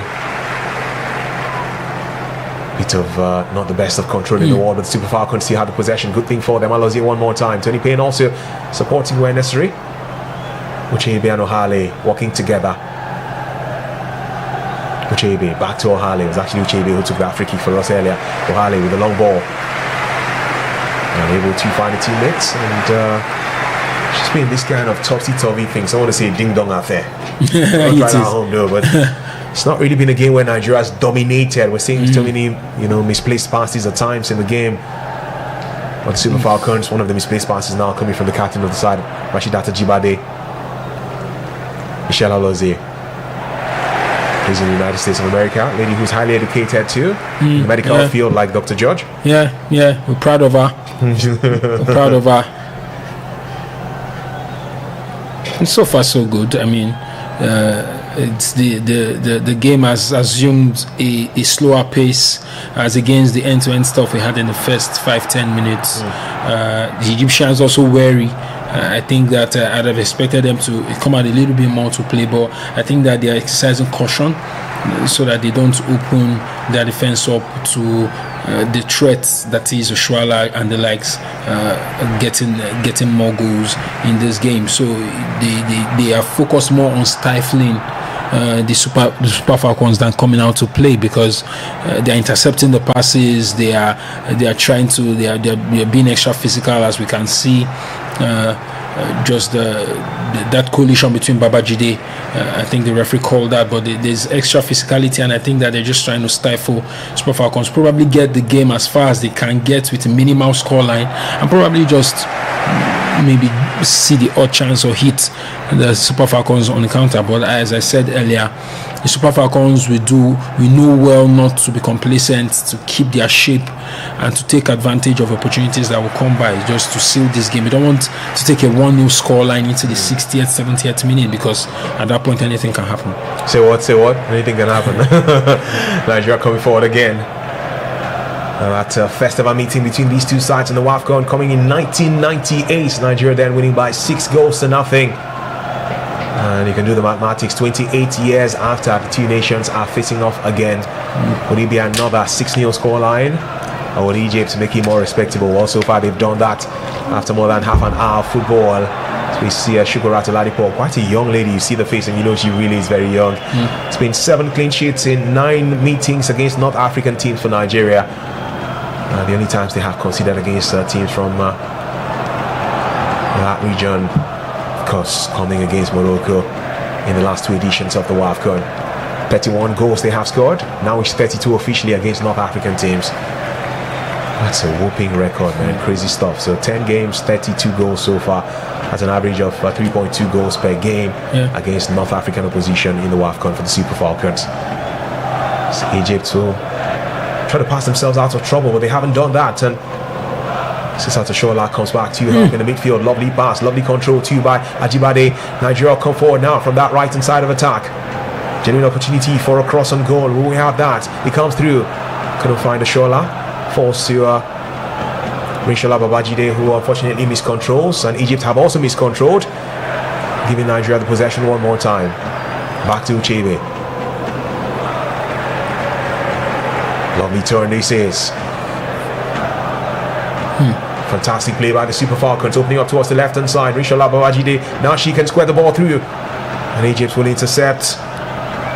That centre-back partnership for the North Africans coming to the rescue with Khalid at that time. And the referee sports an infringement and just gives us that sign. When I wait for me, I beg, wait for me. Something that's happened there. Was that offside really, was it? Yeah, that was offside. I think that Payne delayed to pick a pass, so I think Rinsola delayed to pick the pass to Payne, and she had strayed really. But we are seeing the game. It's neither here nor there. I personally thought that by now we've had at least 2-3 goals, but it isn't to be. And as I said, the Egyptians are doing more of stifling the Super Falcons than coming out to play football, because there's a lot of close spaces, making sure that the Super Falcons don't find their way into danger areas, and that has restricted the Super Falcons to mostly long-range efforts. Even the shot that led to penalty was literally outside the box, and he caused the penalty. So the Egyptians so far, they won't feel so bad for all of the danger that the Super Falcons possess. It's just not being in the danger areas, and for the Egyptians, they'll take that. Well, so far they have not been caused too much pain despite conceding that penalty. It's the only time they have seen the ball go beyond the goalkeeper Habib in this fixture. Tony Payne, though, orchestrating a bit of magic for Nigeria in the middle of the park, moving from that left side of attack. And 31-year-old who plays for Inter Women after having experiences with Everton, is trying to show that she may be getting older, but on the contrary is getting bolder on the pitch as to her quality. Egypt trying to clear the ball. Shidat Jibade wouldn't mind helping out you for Nigeria. Ball out for a throwing on that far side. That's the right hand side of defending for Nigeria. Super Falcons will take this throwing. This offers them a chance to restart proceedings. They will do that. Jibade to Tony Payne. Tony Payne finds Rishola Babajide now on the left hand side. Babajide trying to beat her marker. Lovely footwork, but the eventual cross just crossed itself out of the byline, and it's a goal kick for Egypt. Just remind you of vivxsports, and we are describing for you the action in the final round of group games in Group C of the Women's Africa Cup of Nations for 2026, where it's Nigeria leading 1-0 against Egypt, while Zambia have a 1-0 advantage against Malawi in the other fiction. What that means is it's the Super Falcons who will be matching on. In fact, Zambia have scored the second goal against Malawi. Wow. The Zambians now leading by 2-0. Chilufia scoring the second goal for them in that. But they are still not in a good place as we speak. They are not. And that's majorly because they lost to the Super Falcons, and so they have to hope that there is some sort of upset in the Super Falcons against Egypt game, just to give them a chance. In the scheme of things, if you look at how things stand just as displayed, you can see that Malawi and Nigeria in the driving seats. Zambia still need some favor from their Egyptian sisters. I don't know if they would get that favor, but I mean, you deal with what is in front of you. So I'm sure for the Zambians, they will just know that they just need to do their job and hope that things turn out well for them. Interesting stuff, man. Really, really interesting what we're seeing right before our eyes. And so we will have it again. And at this stage, the head-to-head record, very interesting, because all three will be cancelling each other, so that will not really hold that much water. It's now a case of goals scored amongst themselves too. Nigeria Super Falcons have scored 3-4 goals now and conceded 3, so their goal difference amongst the three teams will be +1. Malawi are the ones who really have some comfort experience for themselves, because of how many goals they have scored. They have netted 3 times in this head-to-head circle between Nigeria and Zambia and themselves, and will be on 0 as to their goal difference. But because they have a better head-to-head record than Nigeria Super Falcons, that's why they are ahead in the group at this time.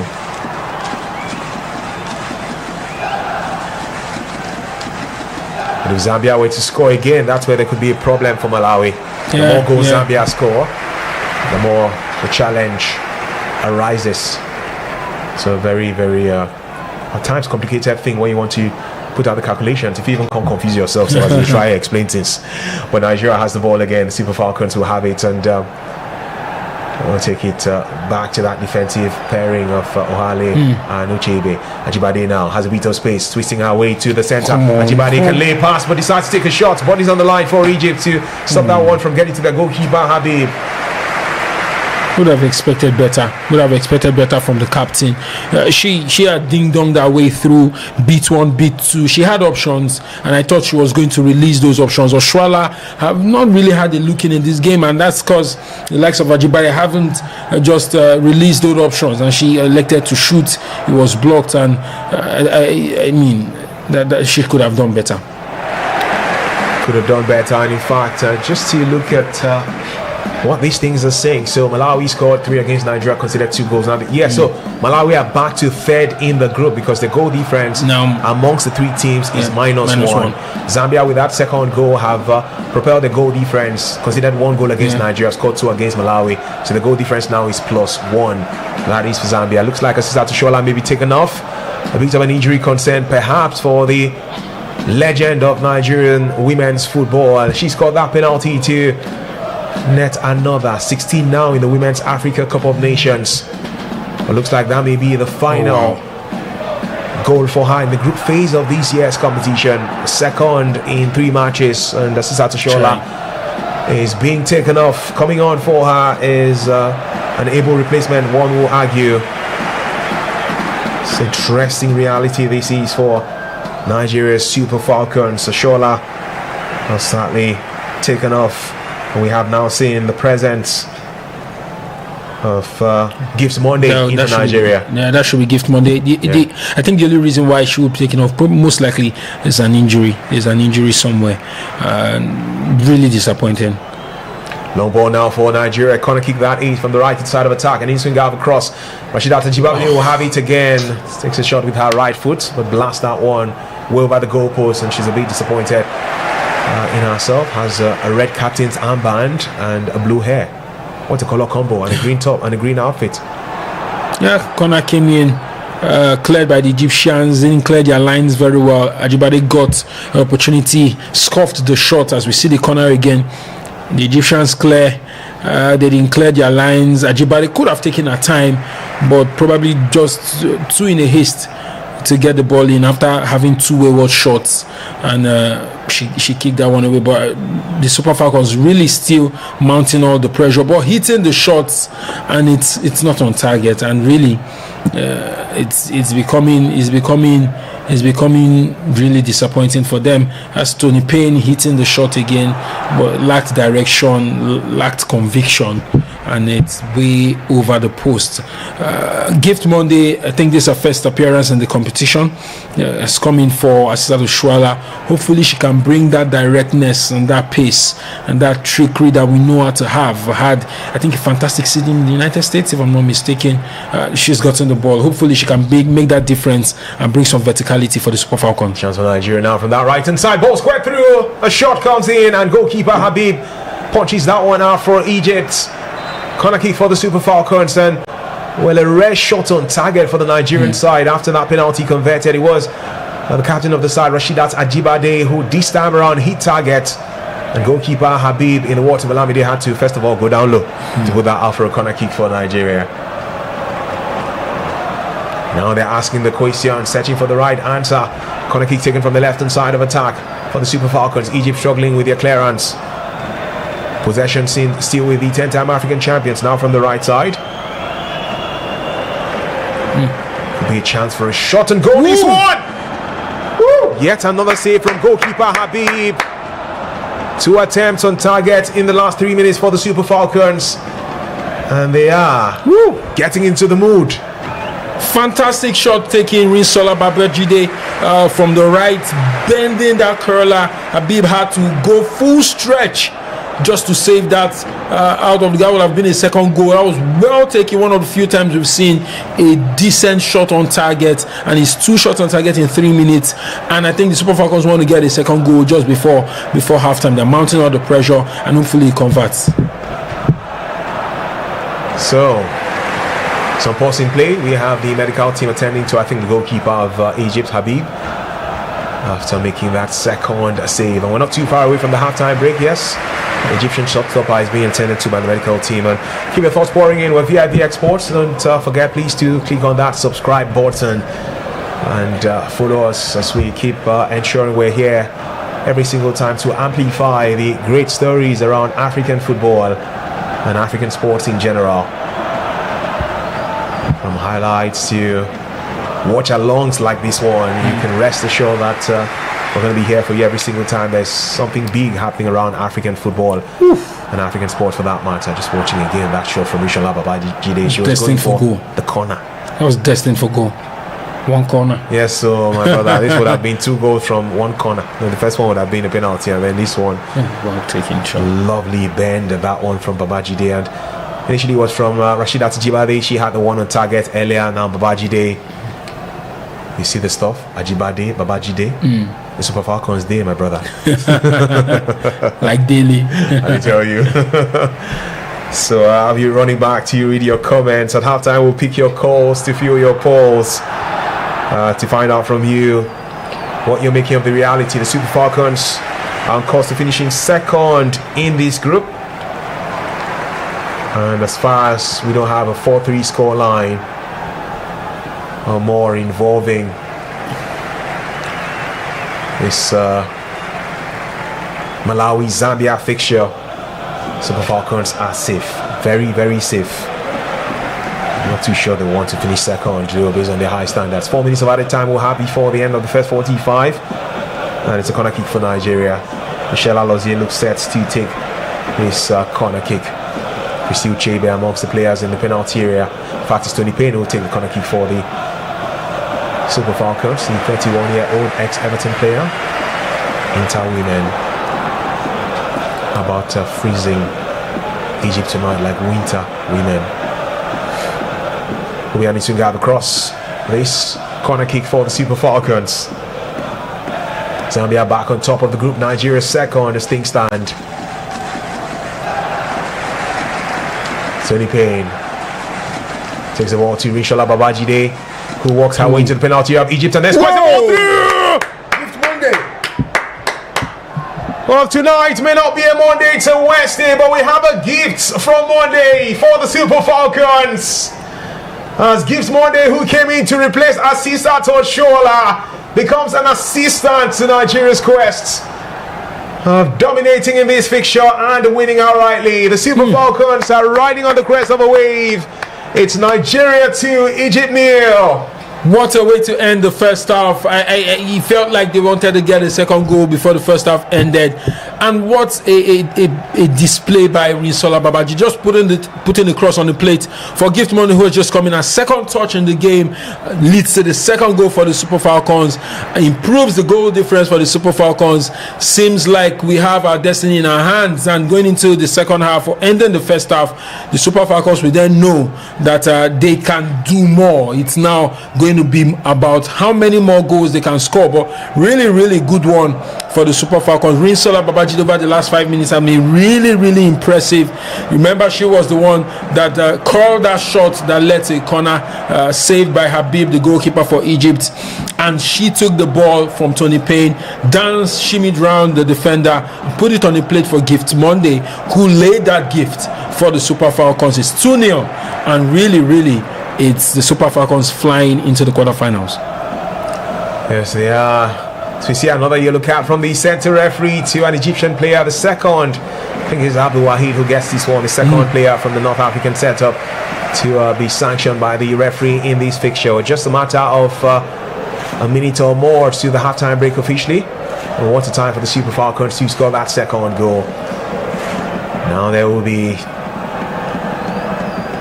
a chance for a free kick for Nigeria from the far side, 40 yards out plus into the penalty area of Egypt, who will clear this one.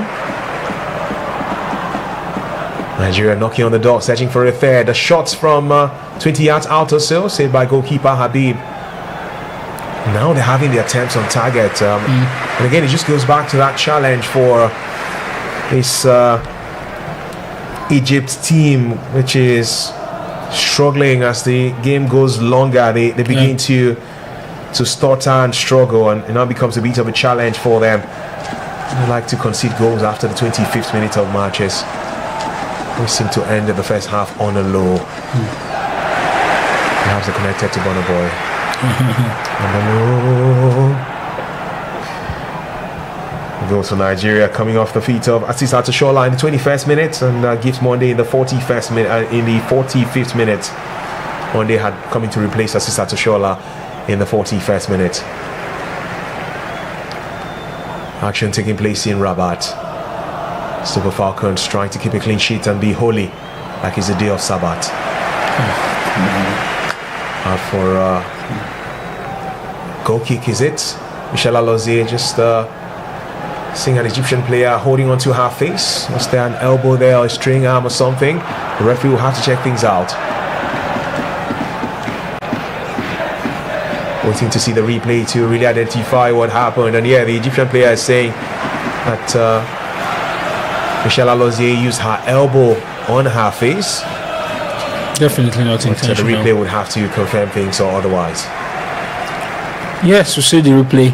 Ball put in. I think Alozie could have done better in clearing that ball, but in all of that contact, it seemed to be, as we see up close. Yes, it was not intentional, but there was the first elbow and then there was a second elbow on the face. But I'm definitely sure that wasn't intentional. As we can see, there was the first elbow and then the second that really connected, like Tyson Fury's punch will connect on his opponent. Definitely not intentional, but I think that Alozie could have done better in just clearing that ball from the danger and not putting the Super Falcons in any funny situation. And that funny situation may just have found a way to arise now, because there's a possible penalty for Egypt.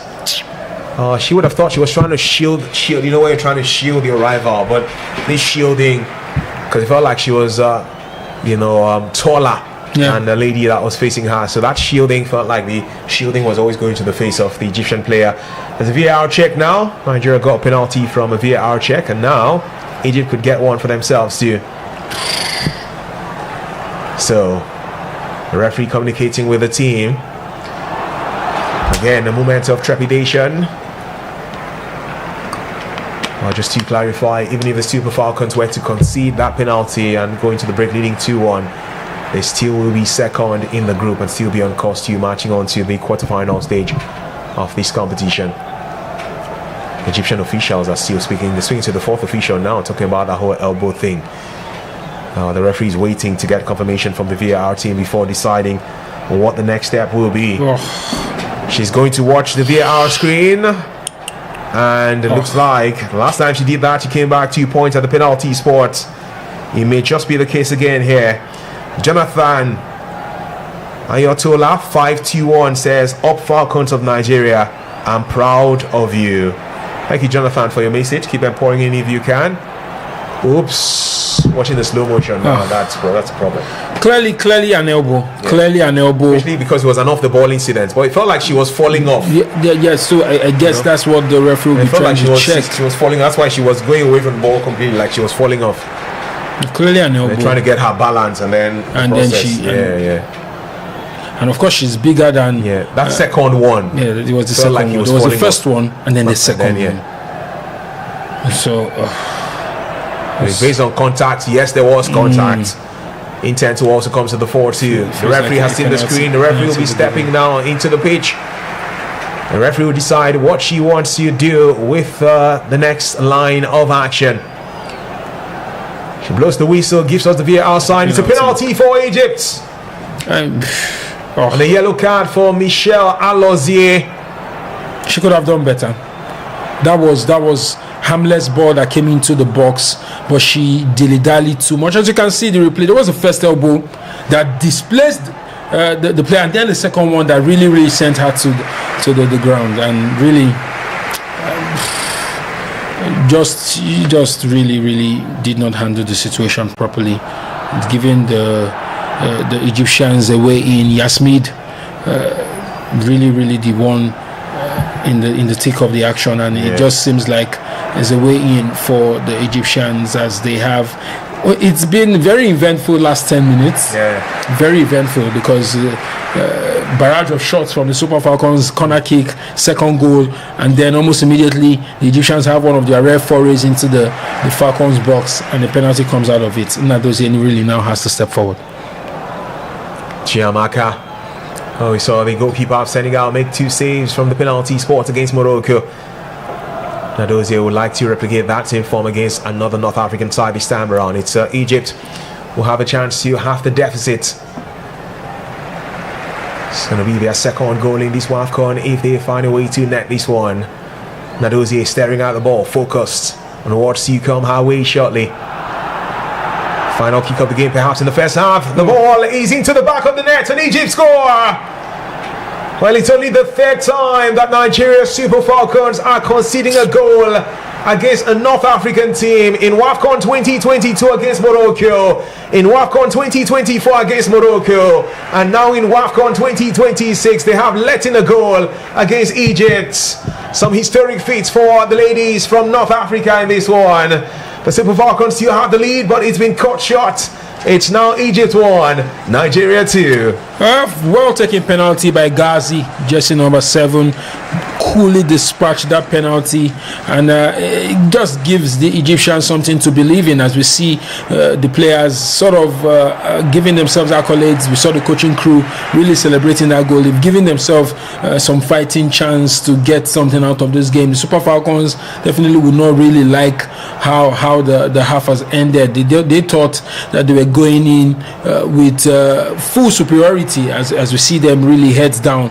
It's 2-1 in favor of the Super Falcons, but hopefully they come out in the second half and they do better because they've really we've expected a lot more. Yes, 2 goals in, but they can definitely do better, and we don't want a situation where this game now everyone starts to get really panicky, especially knowing how the dynamics of play is with Malawi and Zambia. So, but for the Egyptians, they will go into this one. We see it as it is displayed.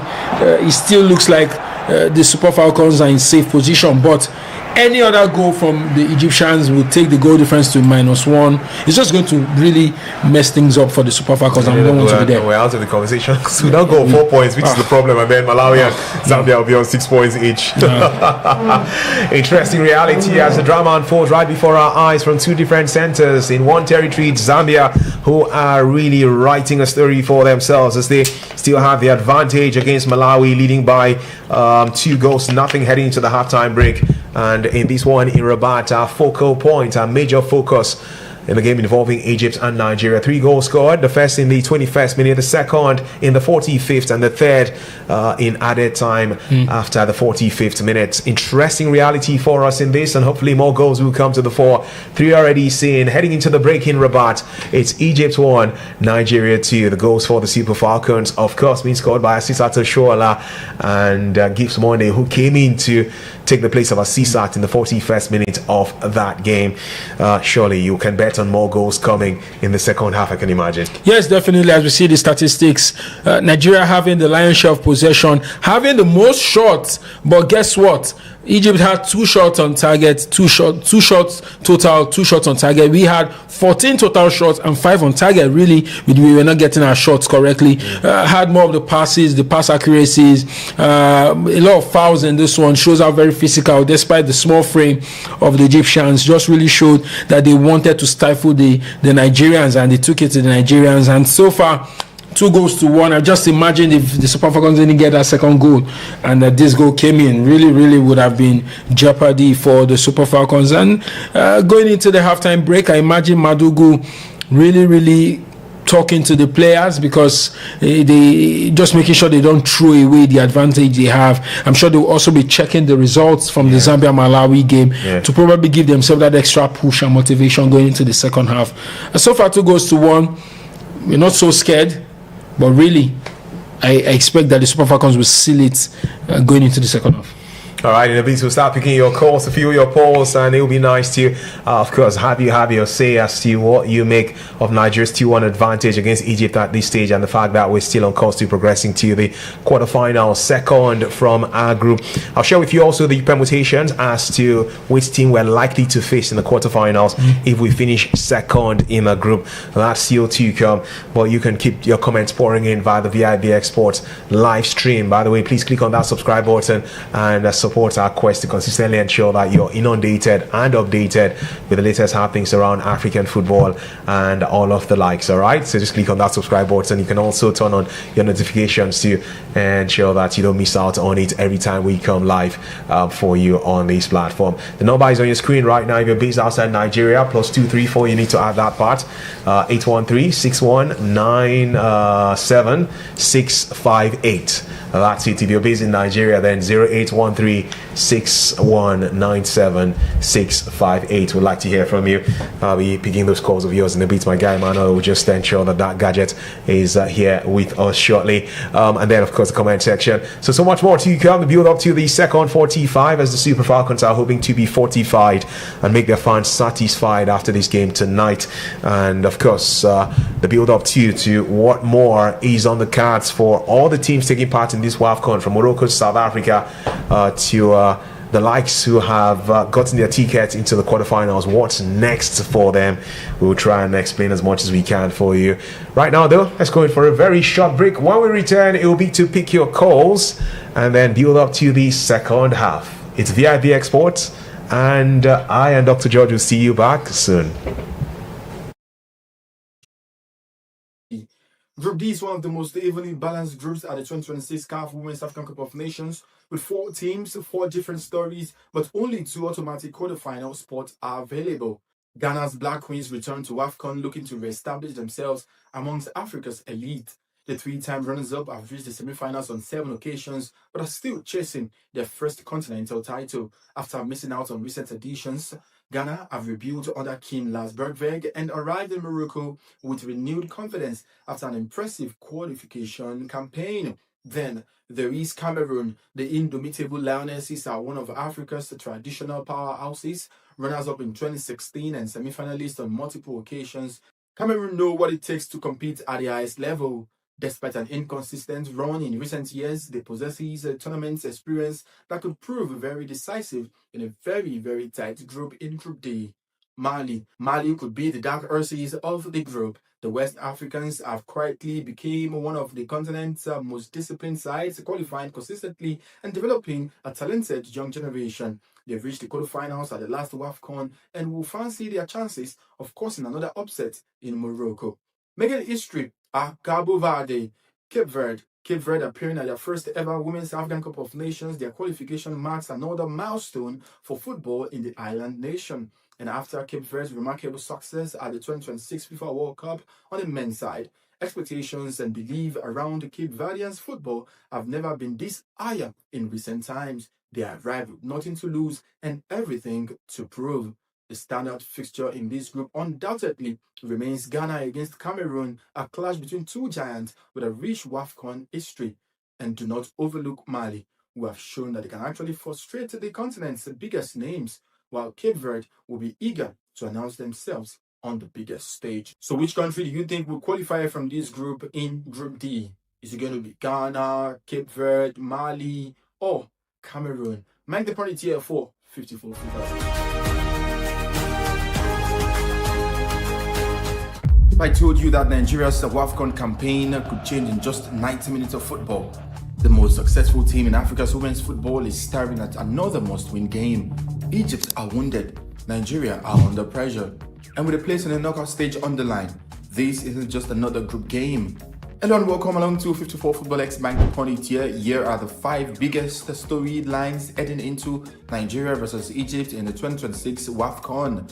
In number 1, can Nigeria remind Africa who they are? No nation has dominated this competition like the Super Falcons. 10 Wafcon titles, more championships than every other nation combined. But this tournament has been anything but comfortable.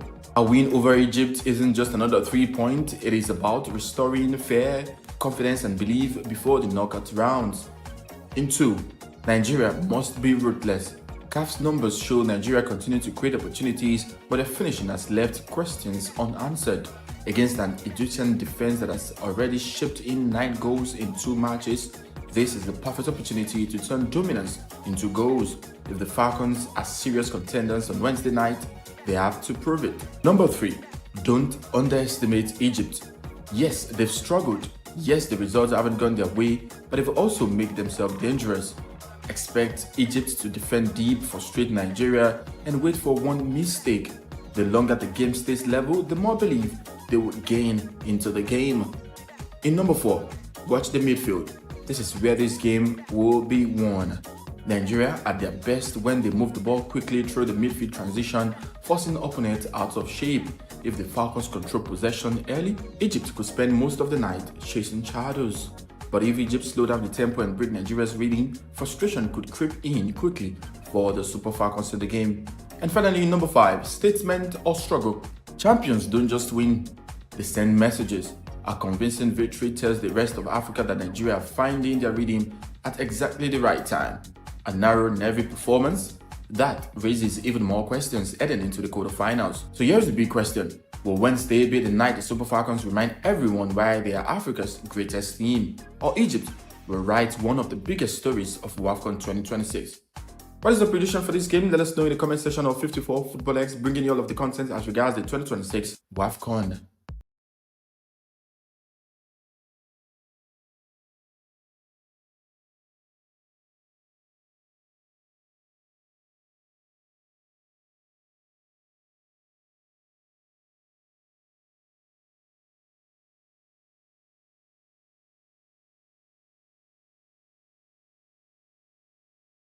Welcome back. You're still watching vivxsports, and we're exporting the best of African football to you wherever you are in the world watching the coverage at this time. It's Nigeria Super Falcons playing against their Egyptian counterparts in their final group game of Group C of the 2026 Women's Africa Cup of Nations. 3 goals we saw in the first 45, Nigeria leading by 2-1, and 2 goals we saw in the other game taking place simultaneously. It's Zambia leading Malawi by 2-0 in that. As things stand, Zambia will finish top of the group and qualify for the quarterfinals, while Nigeria Super Falcons will also get a ticket into the last 8 as the second best team in their group. My name is Chuma Nolin, here with the one and only Dr. George in the building, and Doc K. You have already started thinking ahead of what's to come in the quarterfinals if we get there and when we get there, as to who will face. But before I talk about what will happen, and you do that, let's remind you that you can call in. That's the number on your screen, all right? We do have the gadgets with us right now. +234 613 6197. No, +234 813 6197 658. You can call us from any part of the world and let us know where you're watching us from and what your hope is for the Super Falcons. Can they score more goals in the second half? I'd like to hear that part. Bro, so Cameroon top Group D. Yeah. Ghana next. There's Mali in the mix as well too. What's your thought process if we finish second in our group as to the team we could face in the quarterfinals? It's looking more likely to be Cameroon. It's looking more likely to be Cameroon. That's what you get really when you finish second. You're then left to whatever it is that you have in front, and it looks like it's Cameroon. If we remain second, and it looks like if both games end in a win as it is, if Zambia wins and Nigeria wins, we finish second, and then we take on Cameroon, and that would be an interesting game. We know that the Cameroonians can be very physical. Yeah. I mean, they're not better than the Super Falcons. I remember in the heydays of the Perpetual Quacha, Stella Mbachu, and the likes, Florence Omagbemi, we faced Cameroon a lot, defeated them. Yeah. But as we said, with a lot of countries, when it comes to women's football in Africa, the divide is really, really closing, and so it will not be as wide in terms of the quality, but I think that we should still have an edge against Cameroon going into, if we end up facing Cameroon. But as we said, it could still flip. It could be Ghana, it could be Mali, and then it could. But I think irrespective of who we face from Cameroon, Ghana, and Mali, we should still be able to get the results, especially in the knockout phases. But as we see, it's as it stands, Zambia, Nigeria will qualify and will face Cameroon. And I think that if we face Cameroon, I'm glad it's Cameroon. It's not Morocco. It's not South Africa. It's not any of the big sides. Let's just get into the semi-final. For me personally, I'm not after the Super Falcons winning the Wafcon. They've done 10 times. Just allow someone else win. I'm more particular, and I think that's the same sentiment with a lot of Nigerians qualify for the World Cup. Very important, because we've been there since 1991 in the inaugural edition of the competition. And Dr. George has been sticking to Cameroon consistently because of the fact that they take on Cape Verde in the final game. A draw will be good enough for them to top the group. While on the other hand, Ghana and Mali, who have 3 points each, will have to cancel each other out. So the fact is, Cameroon have their destiny in their hands to top the group. Ghana and Mali don't have their destiny in their hands to top the group. That's why you're very confident. That's why most confident, because for them to top, that means Cameroon has to lose. Exactly. And Cabo Verde have been the whipping ladies in their group, really. So I don't see them getting. In fact, it'll be crazy because, again, your point, because Cameroon beat Mali, Cameroon beat Ghana, so that's better head-to-head record than these guys. Than these two sides. So whatever is happening. So technically, even if they lose, they are topping. They are good to go. So as we finish second, we'll just prepare for Cameroon. The indomitable lionesses. This one, we're not going to fight them over Bakassi. This one will be different entirely. Okay. All right. So keep your thoughts pouring in. I can see your comments on the comment section of our live YouTube stream. This one from Innocent Mama 8957 says, "No match is easy in this tournament." Yeah, I get your point, Innocent. Great to hear from you, really. And this other one is from Abduf. I need to get that pronunciation right. Abdufel Sunbo Sotomi. I know I didn't pronounce your name right. Pardon me. It's because it's all put together, actually, so it's confusing for me a bit. Is that something like Adufe or Sumbo Sotomi? If it were to stand alone, maybe, but you're just saying up Nigeria for life. Indeed, up Nigeria for life. And again, I know that there's also, and I'd like to get your thoughts on this one, Doc, based on the comments of Jonathan, who's saying there are no easy games, the comments of Innocent, who's saying there are no easy games or there's no easy match in a tournament like this one. I feel, that's my personal opinion now, that sometimes, mostly in recent years, it's when Nigeria's national teams, especially the Super Eagles, play games against supposedly smaller nations, and then we only narrowly grind out a victory or somehow drop points in the game or something. That's when we hear that line, there are no longer minnows in African football. And then when it's Nigeria that plays, people will say there are no longer minnows in African football. Don't look down on any country. But I still see big countries beat small countries silly. Yes. Like when I say silly, not silly National of Guinea now, but silly. Yeah, because this same Egypt team, we saw Zambia score six against them. So why is it that when it's Nigeria that we now start saying there are no small teams again, there's no easy match? For Zambia, Egypt was an easy match. They beat them 6-0. It's a hill I can die on. There are minnows in football, but minnows only. They say the rat comes to play when the cat is asleep. So minnows only have a face when the giants go to sleep, and that's why you hear statements like that. On a good day, normal level, England will beat Gibraltar. Silly, as on a good day when you see England versus Gibraltar. In football. We England know how the result should end. Some things that 9 out of 10 times. If you take the odds will be so crazy for you to see a different result. So yes, we know that I know there's Cape Verde Argentina, Cape Verde Spain, and those kind of things. Like people on say, a good on a normal day, if you play that game 10 more times, Argentina will win.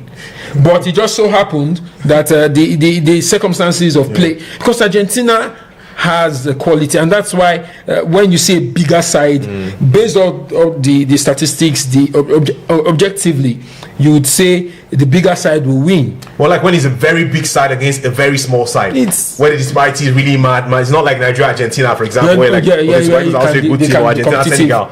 So when it's like Argentina, Cape Verde, or it's England, Gibraltar. Imagine for women's football, imagine Germany and Tanzania. Come on, or Brazil, Egypt. I mean, we saw Zambia, Egypt, and it's. I won't think it's so far off. But Zambia, Egypt ended in the 6-0 dropping. So what are we saying? It's because Nigeria hasn't stepped up and delivered. That's why we can hear the games are getting tougher. I can agree with that. Teams are improving, surely. Teams are improving, but they are still minnows. incredible stuff. Well, keep your thoughts pouring in if you can. What do you think, by the way? Are there still minnows in African football or not? Because there's a case to also make if you say there are no longer minnows. You're right. Teams have really improved.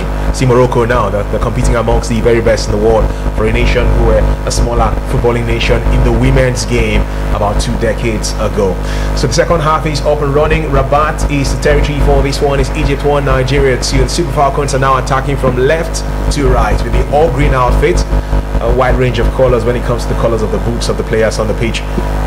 But one thing is certain, the quality is still there. Ijamilusi crosses the ball for Nigeria from that right side. Egypt to clear the lines. Egypt, by the way, have the red top on the wide shot. They are attacking from right to left. And they would like to continue from where they left as far as this is concerned. Ball back to Chiamaka Nnadozie, goalkeeper for the Super Falcons. She brings in Osinachi Ohale. In fact, Lucille Chebe will get it now. Chebe launches the ball forward. And Egypt will be keen to clear that out. I'm just watching the youngsters who are on the pitch. Ijamilusi, that was her name in gold in the last Wafcon final. And Debo throwing for Egypt on this left-hand side of defending for them. Interesting how things will play out in the second 45 minutes of hostilities. They have nothing to play for anymore, and there's that famous line that he that is down needs fear no fall. So perhaps they will just come all out to be party spoilers for the Super Falcons. Ohale takes it forward, ball around the centre circle area for the nighttime African champions. Towards the path of Michel Alozie. As they'll bring in Ohale again. To change of passes for the Super Falcons. Lovely to see. Tony Payne waited for the ball for too long, maybe. They will go again, the Nigerian team. Towards the right hand side, Ijamilusi. Quick passes. Chance for a cross from Ajibade. There was. Gives more than spreads it through to Rinshola Babajide, who perhaps did not get the understanding of that idea early enough. Possession still with Nigeria. Do a chance for a shot and goal. This will be a bit of Dilly Darling there. Tony Payne gets it to Ajibade. Back to Tony Payne again. Quick 1-2. That was a shot now for Nigeria. It's just been all the Super Falcons in the last few minutes or so. But now there's some respite for the Egyptians. Yeah, it looked like the Super Falcons gone in for a third goal.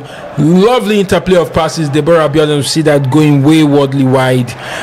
Gift Monday trying to just trick the Egyptian defense, but Ijamilusi didn't really pick that one out. So it's 51 minutes in. The Super Falcons really want to seal this game as early as possible.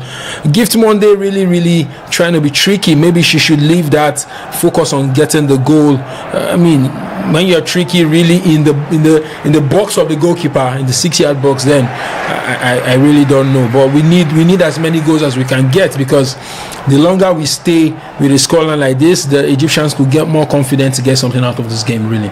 Truly can be dicey, bro, no doubt about it. Can be dicey with a 2-1 scoreline. It's a very delicate scoreline in football, and would be a nice thing to keep your thoughts pouring in via the comment section with vivxsports. And we're bringing to you the watch-along experience of this Nigeria versus Egypt fixture, with the Super Falcons still leading by 2-1. Clearance for the North Africans. Have not had too much cause for joy in this tournament. They've won only one game in their history in the Wafcon. Not had too many victories to celebrate in the past. At least they can think of scoring more than one goal in a Wafcon fixture if they net a second time for Nigeria here. Or back to the Super Falcons.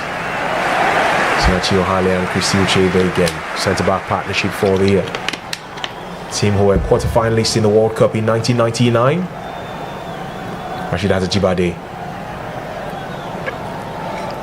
Shukurat, lovely to see that too. Ajibade, Ijamilusi, in fact, is twisting and turning, dancing around the place, and Shukurat Oladipo is holding on to her right ankle.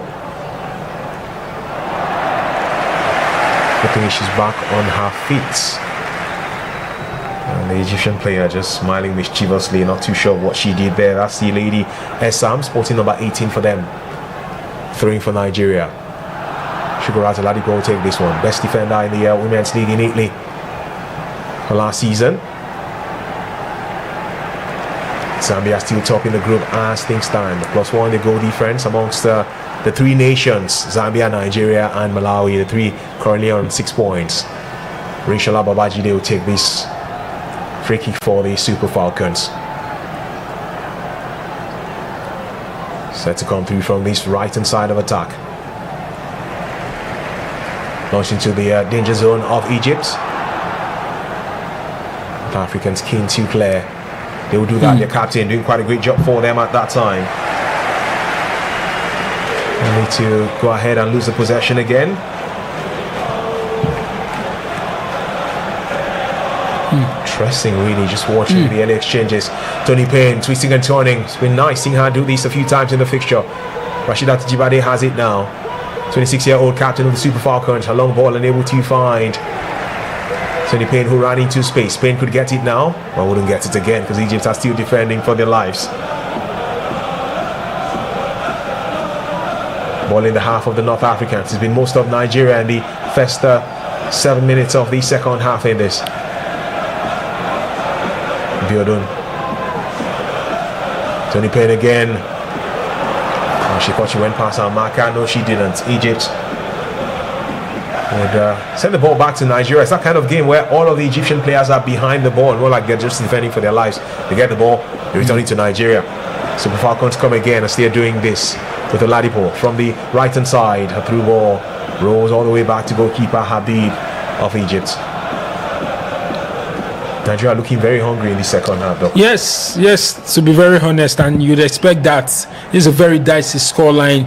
So as the faster you can get a third goal and probably a fourth confirmation goal, the better for you. Improve the goal difference and just stay clear of any possible drama that could happen either in this game or in the next game. So we're seeing the Super Falcons just trying to do that. The Egyptians are sitting deeper as the minute go by. They're trying to defend as much as possible and hit the Super Falcons on the counter. I don't think they have the kind of players the Malawians or Zambians have to take advantage of any counter situation. And so what we're going to see in this game is the Super Falcons really pressing. Now they have another cross from the right hand side. The Super Falcons, that is Ajibade, tries to head the ball back into play. Michel Alozie comes through to support the attacking cast. Ijamilusi from the right hand side launches the ball through into the penalty area of Egypt. Connecting header for Nigeria. Gibbs Monday. That one is out for a goal kick for Egypt. It's glaring that the coach of the Super Falcons would have told his ladies score a third assurance goal. Yeah, assurance as goal. Soon as Q1 possible. is very delicate. Yeah. And we see the cross put in by Deborah Abiodun. Glancing header from Gift Monday was nowhere close to goal. That really, on another day, probably could have been a third goal. But we keep applying that pressure, and I think that like coconut, the water it will crack and the water will come out. We see a new change. I think it should be Uche Nakanu. Yeah. Uche Nakanu coming in. She usually plays on the left. I think she's been played on the right, so I think that you probably have to let's say maybe Rinsola Babajide taking off. I'm not exactly sure, but Ijamilusi, yes, because Ijamilusi taking off. Nigeria going for that third goal. An empty goal post for the captain of the side. In fact, this lady lost to come off the bench to score. She came off the bench to score against Malawi in the opening fixture for Nigeria. She's done it again. Uche Nakanu seems to be the super sub for the Super Falcons. And now there's a bit of ease around the camp of the 10-time African champions. Well, this is perhaps even faster than what we got from Ebe Sand for Denmark in France 98 against Nigeria Super Eagles. She came in and with her first touch of the ball, Uche Nakanu scores. It's Egypt 1, Nigeria 3. Fantastic goal. Uche Nakanu with her first touch, literally less than 10 seconds into coming into the game, came in for Ijamilusi, and she's gotten involved in the thick of the action. Rinsola Babajide once again with an assist, second assist of the game, and really sealing this, putting it to bed.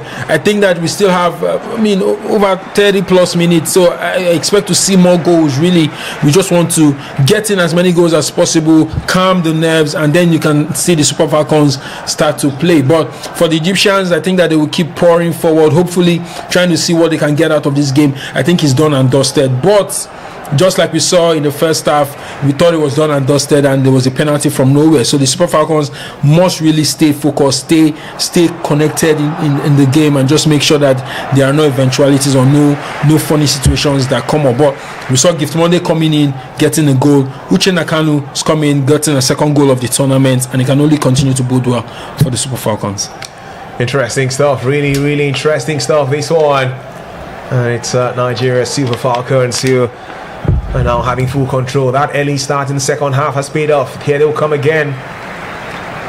A free kick for Egypt. Oh, this one really just asking a few questions of what Justin Madugu really can do, and he's proving that he perhaps has the mojo, the magic wand with the substitutions and changes, and gives Monday coming off the bench for Asisa Toshola, scoring Nigeria's second goal with now the presence of Uche Nakanu, the 24-year-old who plays for Washington Spirit, coming on to with the right spirits for Super Falcons to score with her first touch of the ball. 2 goals from the substitutes, 1 from the legend Asisa Toshola, 3 goals in total from that total for Nigeria against Egypt, and 2 changes for the Egyptian team now. If there's one thing you must credit Madugu for, he seems to have his way with substitutions. I remember in the last Wafcon in the final, the substitutions he made, Esther Nkoronkwo, Echegini coming in, really turned the tide for the Moroccans against Morocco. And in this Wafcon against Malawi, even though we lost that game, we saw what the substitution he made did. In the second game, brought in Oshuala. It seemed to be an inspired introduction, and in this game, the 2 substitutions again he's made. He seems to have a way of adjusting the game when he seems to be getting out of his grasp, and you must really give him kudos for that. I'm sure that we'll still see a few more substitutions coming in for the Super Falcons, especially if we end up getting a 4th goal. Then you see a few players who haven't had a run in this tournament probably have a rub of the green, and probably that could lead to more goals. But it seems that with substitutions, anything Madugu touches turns to gold. Yeah, the man has the Midas touch, as they say. Maybe he does, but a man who's been criticised, by the way, by so many people. Egypt's now going for a second goal for themselves. I don't see Nachi Ohale will clear this one out. I want to hear these stories of Uche throwing for Egypt, taken very quickly, that throwing from the left-hand side of attack. Michelle Alozie will get it now. Urging Nigeria forward. Here they come again. Michelle Babajide for the Super Falcons. Through ball, not the best in the world. Easy for Egypt to decipher and try to clear. Just you having your say, and it's interesting to see you talking. Keep them pouring in if you can. Rashida Ajibade cross with her left foot from Nigeria, finds no one in particular after a goal kick for Egypt. This one. Officially, we have seen an hour of football played. In Rabat, it's Egypt 1, Nigeria 3. Uche Nakanu, just like Asisa Toshola, top scorers for the Super Falcons so far. 2 goals for each of them. And they have some similarities, really. Either starting off the bench and coming on to turn things around, or starting at the beginning and going off the bench, or going on to the bench during the course of the game. As the case has been for Oshuala in this fixture tonight. Egypt, do they still have one more surprise off their sleeves? At least they have a free kick, as their coach is urging the referee to give a yellow card to a Nigerian player. Uche Nakanu, who's pleading her innocence to the Rwandan official. Yeah, the yellow card will come now to Uche Nakanu for acting as an impediment to the attacking move for Egypt at that time. Shenna Grace Kanu was quite outspoken. Had her on a game on show in Nigeria for some months back, where she was talking then about how she was disappointed that she was not picked for Wafcon 2024 as Nigeria went on to win the title. So she's not had that privilege of getting the Wafcon crown. I'm sure that's why she's really keen when she comes off the bench to score, and she's like, oh, $100,000. Why not gonna go time? Make I be part of this one now. We'll see if we win. and really, it caused a national uproar. I remember lead up to the last Wafcon, because she was doing fantastic. I think for Washington Spirits. Yeah, in the US. In the US, highest goal scorer, banging in every week, and she for some strange reason, Madugu didn't call her up. There was no clear reasons given, and she was really disappointed. Had a few things to say, and I mean, we in tournaments we always have these controversial situations. Every tournament, whether in male football or women's football, we always have those calls. You expect certain players to, I mean, in the World Cup, it was a situation for Brazil, João Pedro, Neymar. Yeah. So there's always those situations. Some players want to go, have deserved to go. Somehow the coach, especially national team football, the coach sticks to players he's comfortable with. And I think that was what happened with Madugu and Uche Nakano. But she's back in the team, back among the goals, and hopefully she gets to be involved in the 11th Wafcon title. Yes, Ajibade tries to clear the ball, but not well enough for Nigeria. And Egypt came with a shot, bodies on the line for the Super Falcons to stop that from troubling goalkeeper Nadoziedo. And lovely defensive play for 10-time African champions who clear their lines now to the captain of the side. Play continues. Lovely to see this one. Ijami Lucy would like to see Gift Monday chasing this ball. Gift with the band wrapped around her head. Moves towards the right. Lovely pass to Rashidat Ajibade, who squares the ball through, and Egypt to clear that out for a corner kick for Nigeria. Lovely transition play for the Super Falcons at that time. Yes, lovely transition play. One of the few times we've seen the Super Falcons in their full flow. Gift Monday picking the ball from just outside the midpoint and beating a player with that lovely dribble. Nice pass to Rashida Tajibade. Unfortunately, number 6 jersey for Egypt came in between the ball and Uche Nakano putting in for the second goal. It's a corner kick, 65 minutes in, corner kick for the Super Falcons, and hopefully it leads to a fourth goal. One more goals you're craving for. If we had Nigerian fans here, it would be all we are saying. Give us one goal. Cross for the Super Falcons. Oh wow. And Inswing have across that one was, and the Egyptian setup have defended astutely at that time. Throwing for Nigeria on the far side. That's the left hand side of attack for the Super Falcons now. Gives Monday. There's a pass to her teammate. Another throwing for Nigeria. Just watching that again.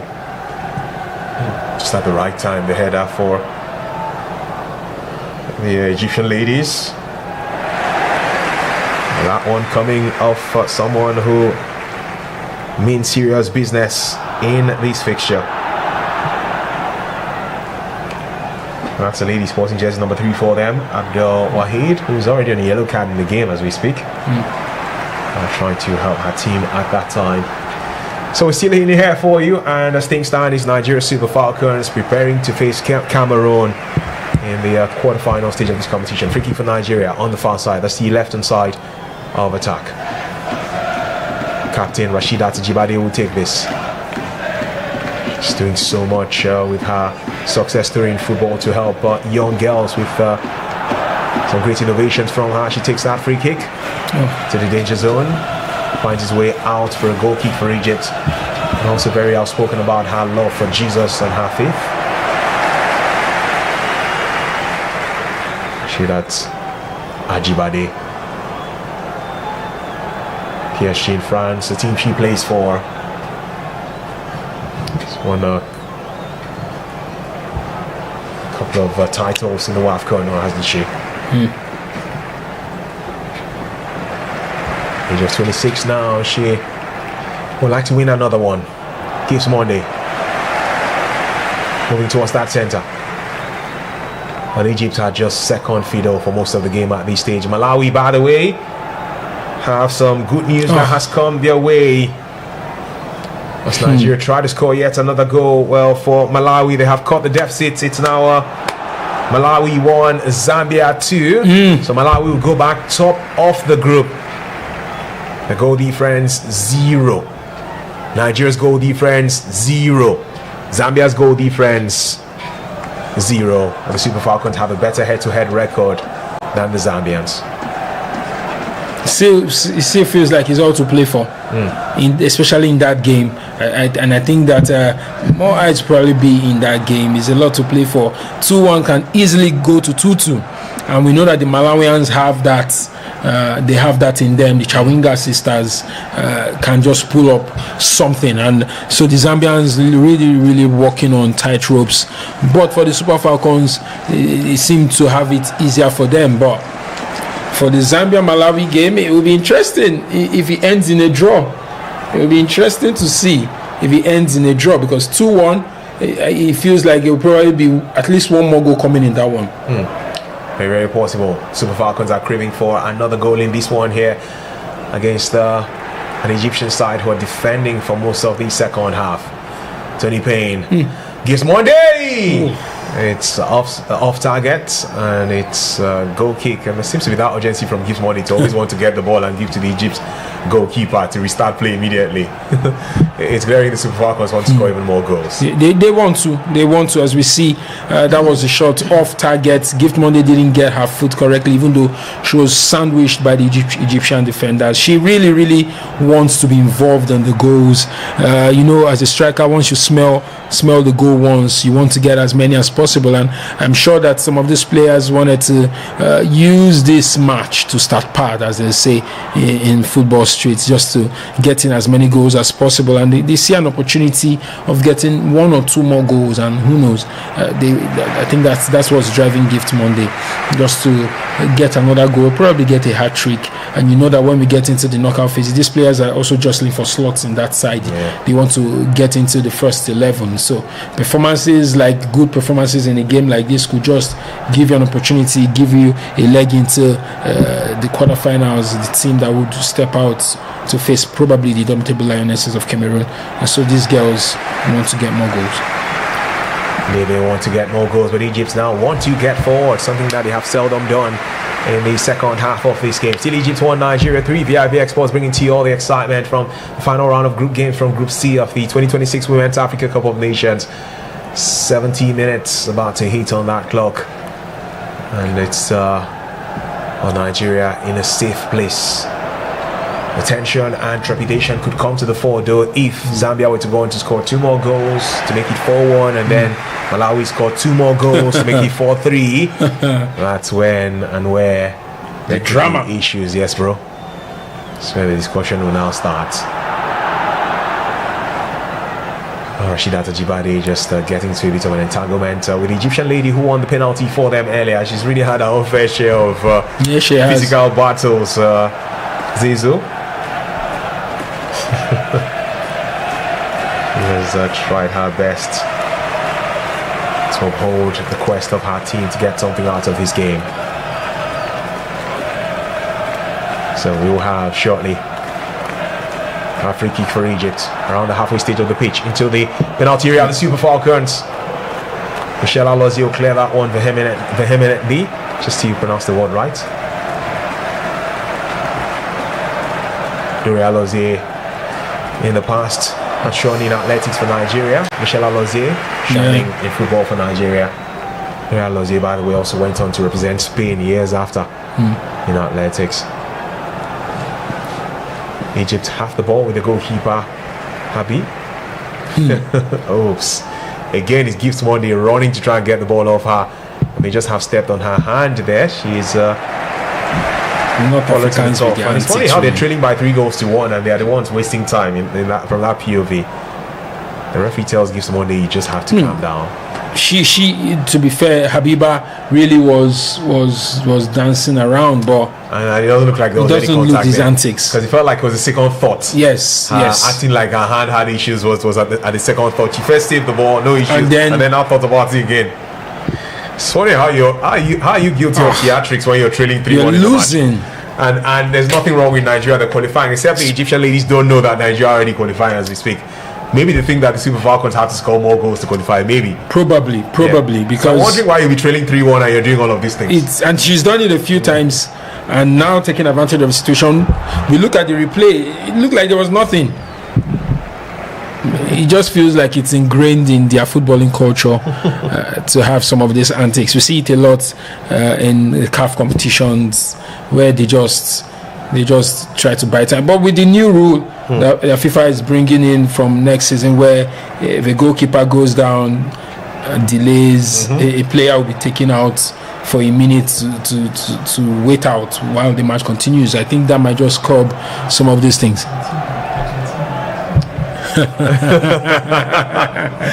Okay, man, behind the scenes just telling us, man, need to go down saying, come on, but how about Argentina in the World Cup? And it's true, because you expected that when they were leading by 2-0 against Argentina in the World Cup. That's Egypt. Yeah. Why did they not turn on the stars with these theatrics to buy time then? They didn't do it. They lose the idea, so they only do it when they're up against a fellow African team. It probably comes into play when they are up against their fellow African teams, because yes, we didn't see the African sides do it, the North African sides do it in the World Cup, and so. But it's something that we see a lot when the Nigerian club sides play in the CAF competitions. You see that the Esperances, the Zamaleks, the Al Ahly, they use this to frustrate their opponents, and it's now taking over 4-5 minutes. We see Chiwendu Iheozuo just on the touchline, just trying to warm up. We see a few Super Falcons players, and I think that there will be a few substitutions to come in. Did the referee ask one of the Egyptian players to step up? If she did that, I'll be really happy. They've had the goal kick now. Wow. And they have a chance. That's Egypt. Malawi. Okay, That's Malawi. Second, it was just interesting just having to see what's happening the other one. How on earth was the chance missed in the Malawi-Zambia fixture? How? Oh my! That was Malawi. Temwa Chawinga squaring the ball through for them, and this could have been the young star who plays in Europe, could have scored there for them, and she just found a way to miss that one. And so Malawi are still in trouble. Maybe they are not, because they are top in the group as things stand with a 2-1 margin, but making it 2-2 would just have cemented their confidence, because that will mean they will be on 7 points, and whatever happens, they are as good as having wrapped things up for themselves. Yeah, definitely. The Zambians just really trying to hold on as much as they can, hoping that results will change. But the Super Falcons definitely not leaving anything to chance, making sure that they seal the game. But the Egyptians want to cause an upset. You can clearly see they are restricted to possible counter-attacking, but I don't think that they have the capacity for it. But it looks like tempers are going to be flaring. Tempers are going to be running really high in the Malawi-Zambia game. The referee literally warning the Malawian coach, if I'm not mistaken, or is it the Zambian coach, to take it easy. We haven't seen a coach giving a card in this tournament so far, and with how things are going in that game, it could just be what really happens. But about 7-8 minutes left, it really looks dicey. Now the referee is giving a yellow card to I think the Malawian coach. Right. It seems like there's drama also happening in the Nigeria. Lots of drama happening, and we expected it with this group. It's 7-8 minutes left, and it just seems like all the sides emotions are really running high. It seems like the referee is called in something for the.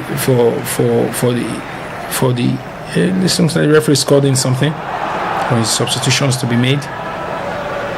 But in the Malawi-Zambia game, it's about 5 minutes left. The referee has something to do. What is going on? The referee spotted something. Maybe the bench. The referee is running back here, running over to. He's running to his VAR. He's running. Oops. What? A possible penalty. Is it possible penalty? Yeah, for the Super Falcons. Yeah. Seems like stamp on the foot.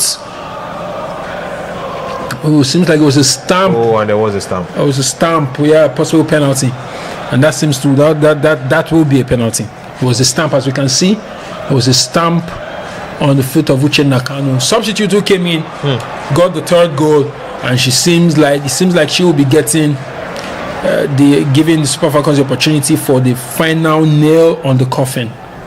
That was a stamp by the Egyptian on Uche Nakanu, who beat her with the ball, and that was in the box clearly.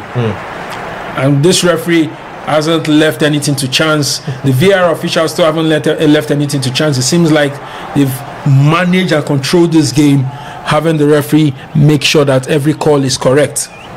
That was a stamp. Clearly a stamp. Uche Nakanu, 29 years of age.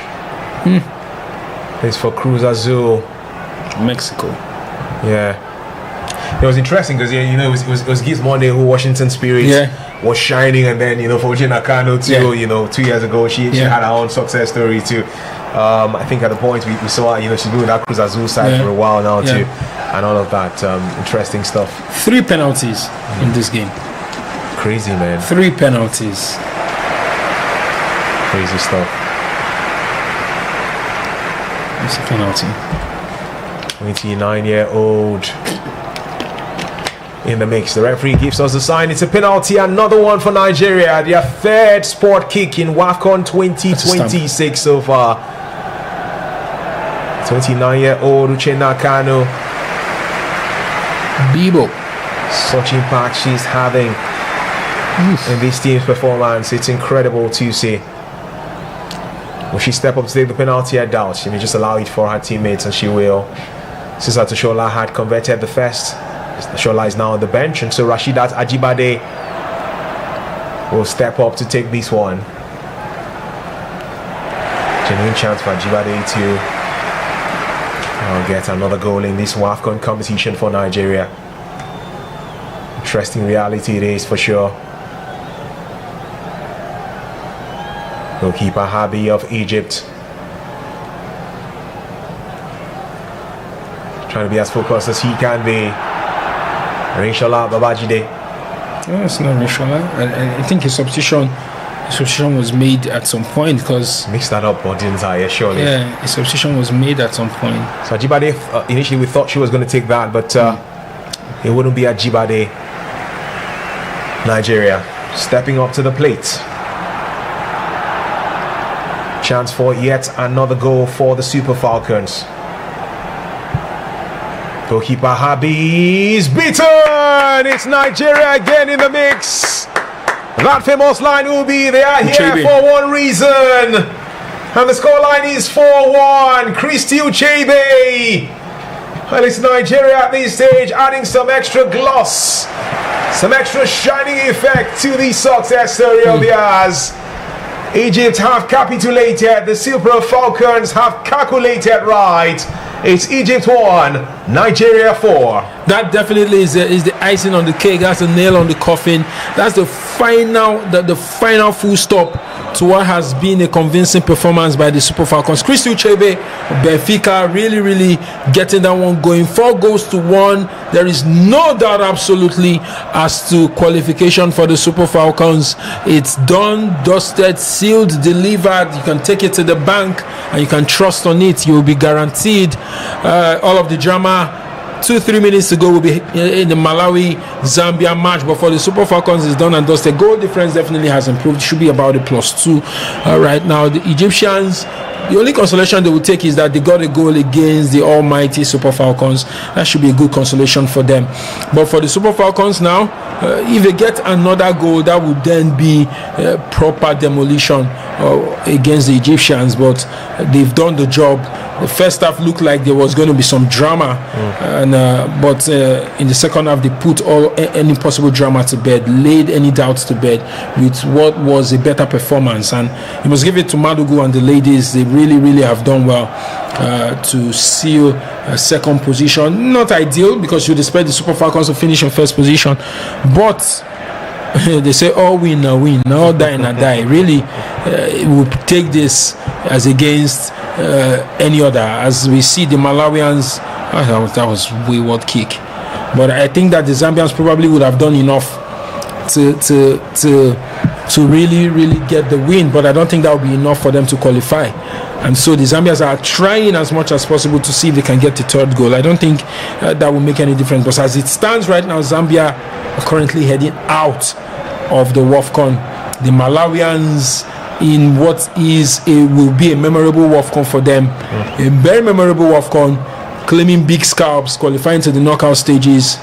They should be proud of themselves. The Zambians with Barbara Banda have been banded out of the competition.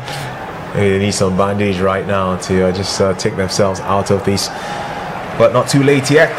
They are in the mix.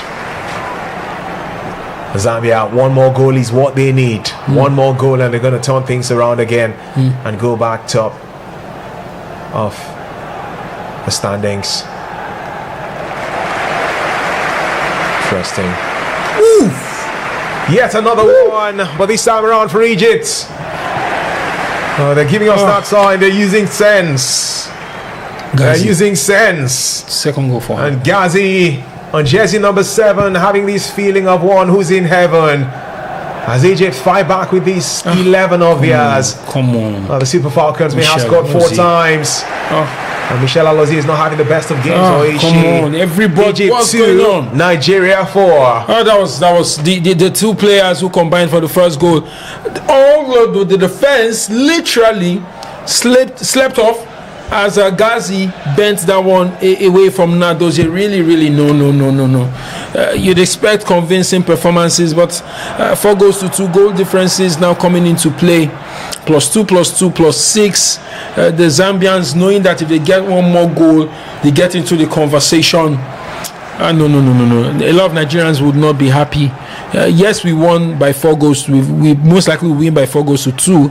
But the Egyptians really making sure that they give us some trouble. That was well taken goal by Ghazi. Second goal in the match. Combination with the number 8 who caused the penalty for Egyptians' first goal.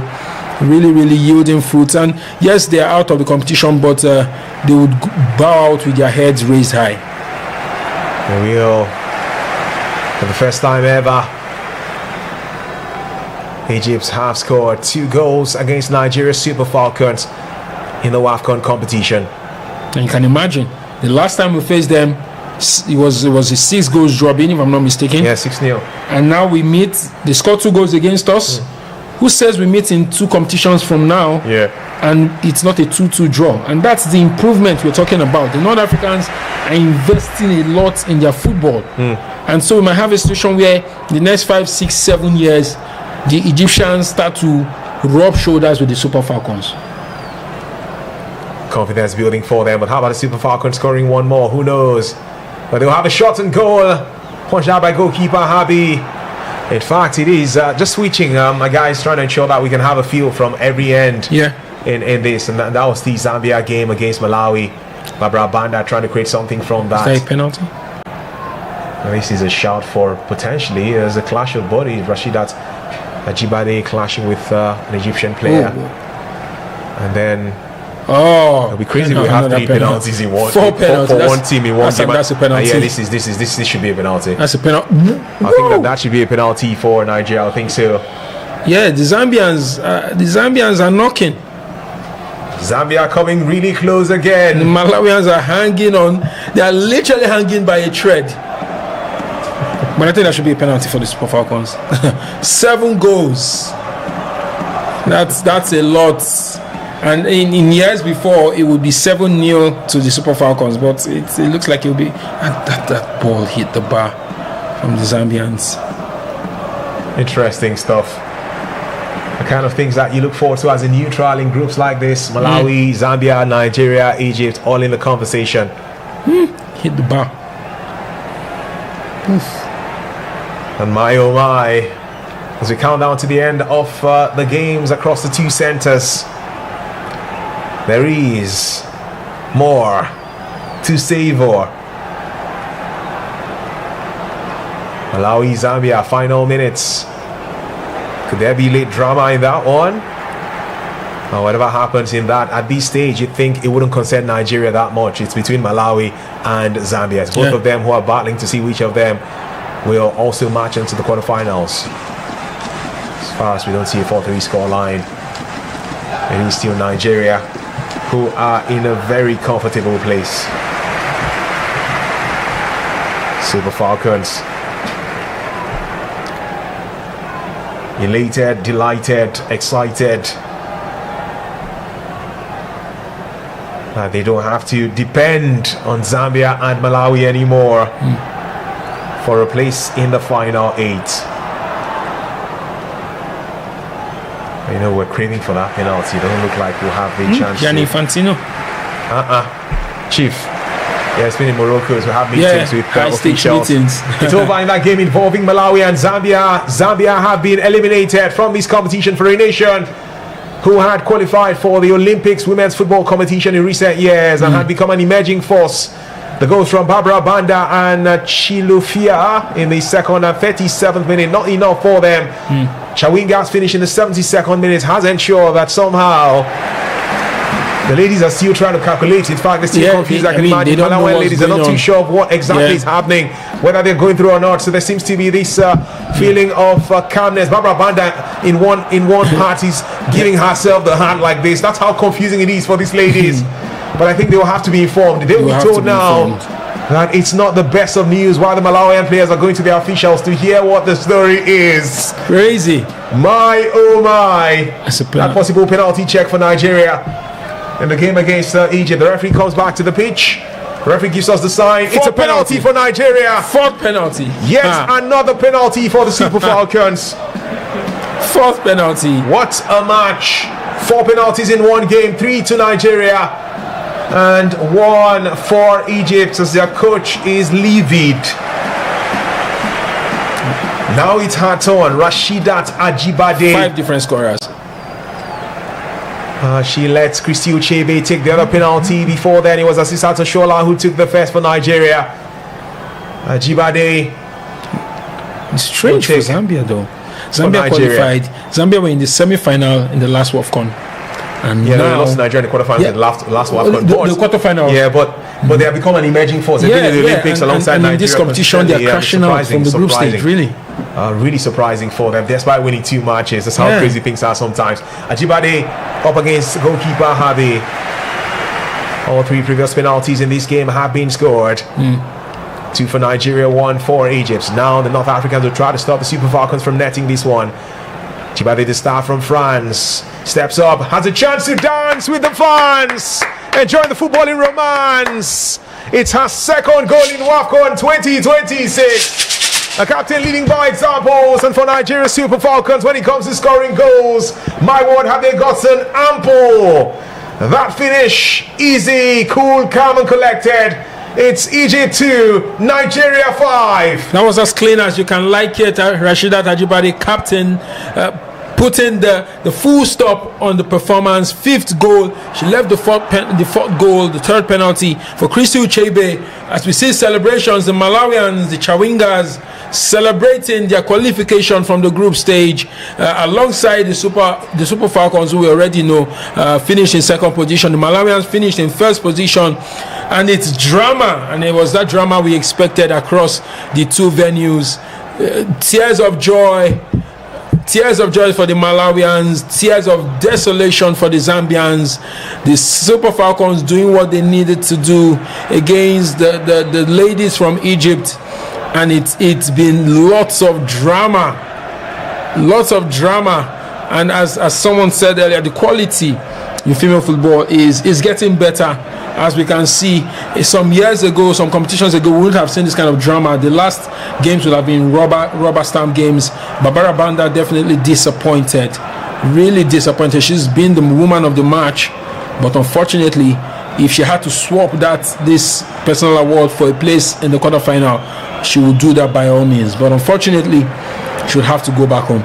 with the ladies. So for Zambia, you at least need to get to the quarterfinals to have a chance to get into the playoffs if you don't qualify for the semis. But the fact that Zambia have been eliminated in the group stage means that the dream of being in the World Cup next year has evaporated completely for Barbara Banda and her teammates. And for Malawi, in their debut experience in Wafcon 2026, their first ever Wafcon appearance for that matter, they are still dreaming of being in their first ever World Cup next year as things go on at this stage. Ironically, finishing top of the group at the expense of big teams like Nigeria and Zambia.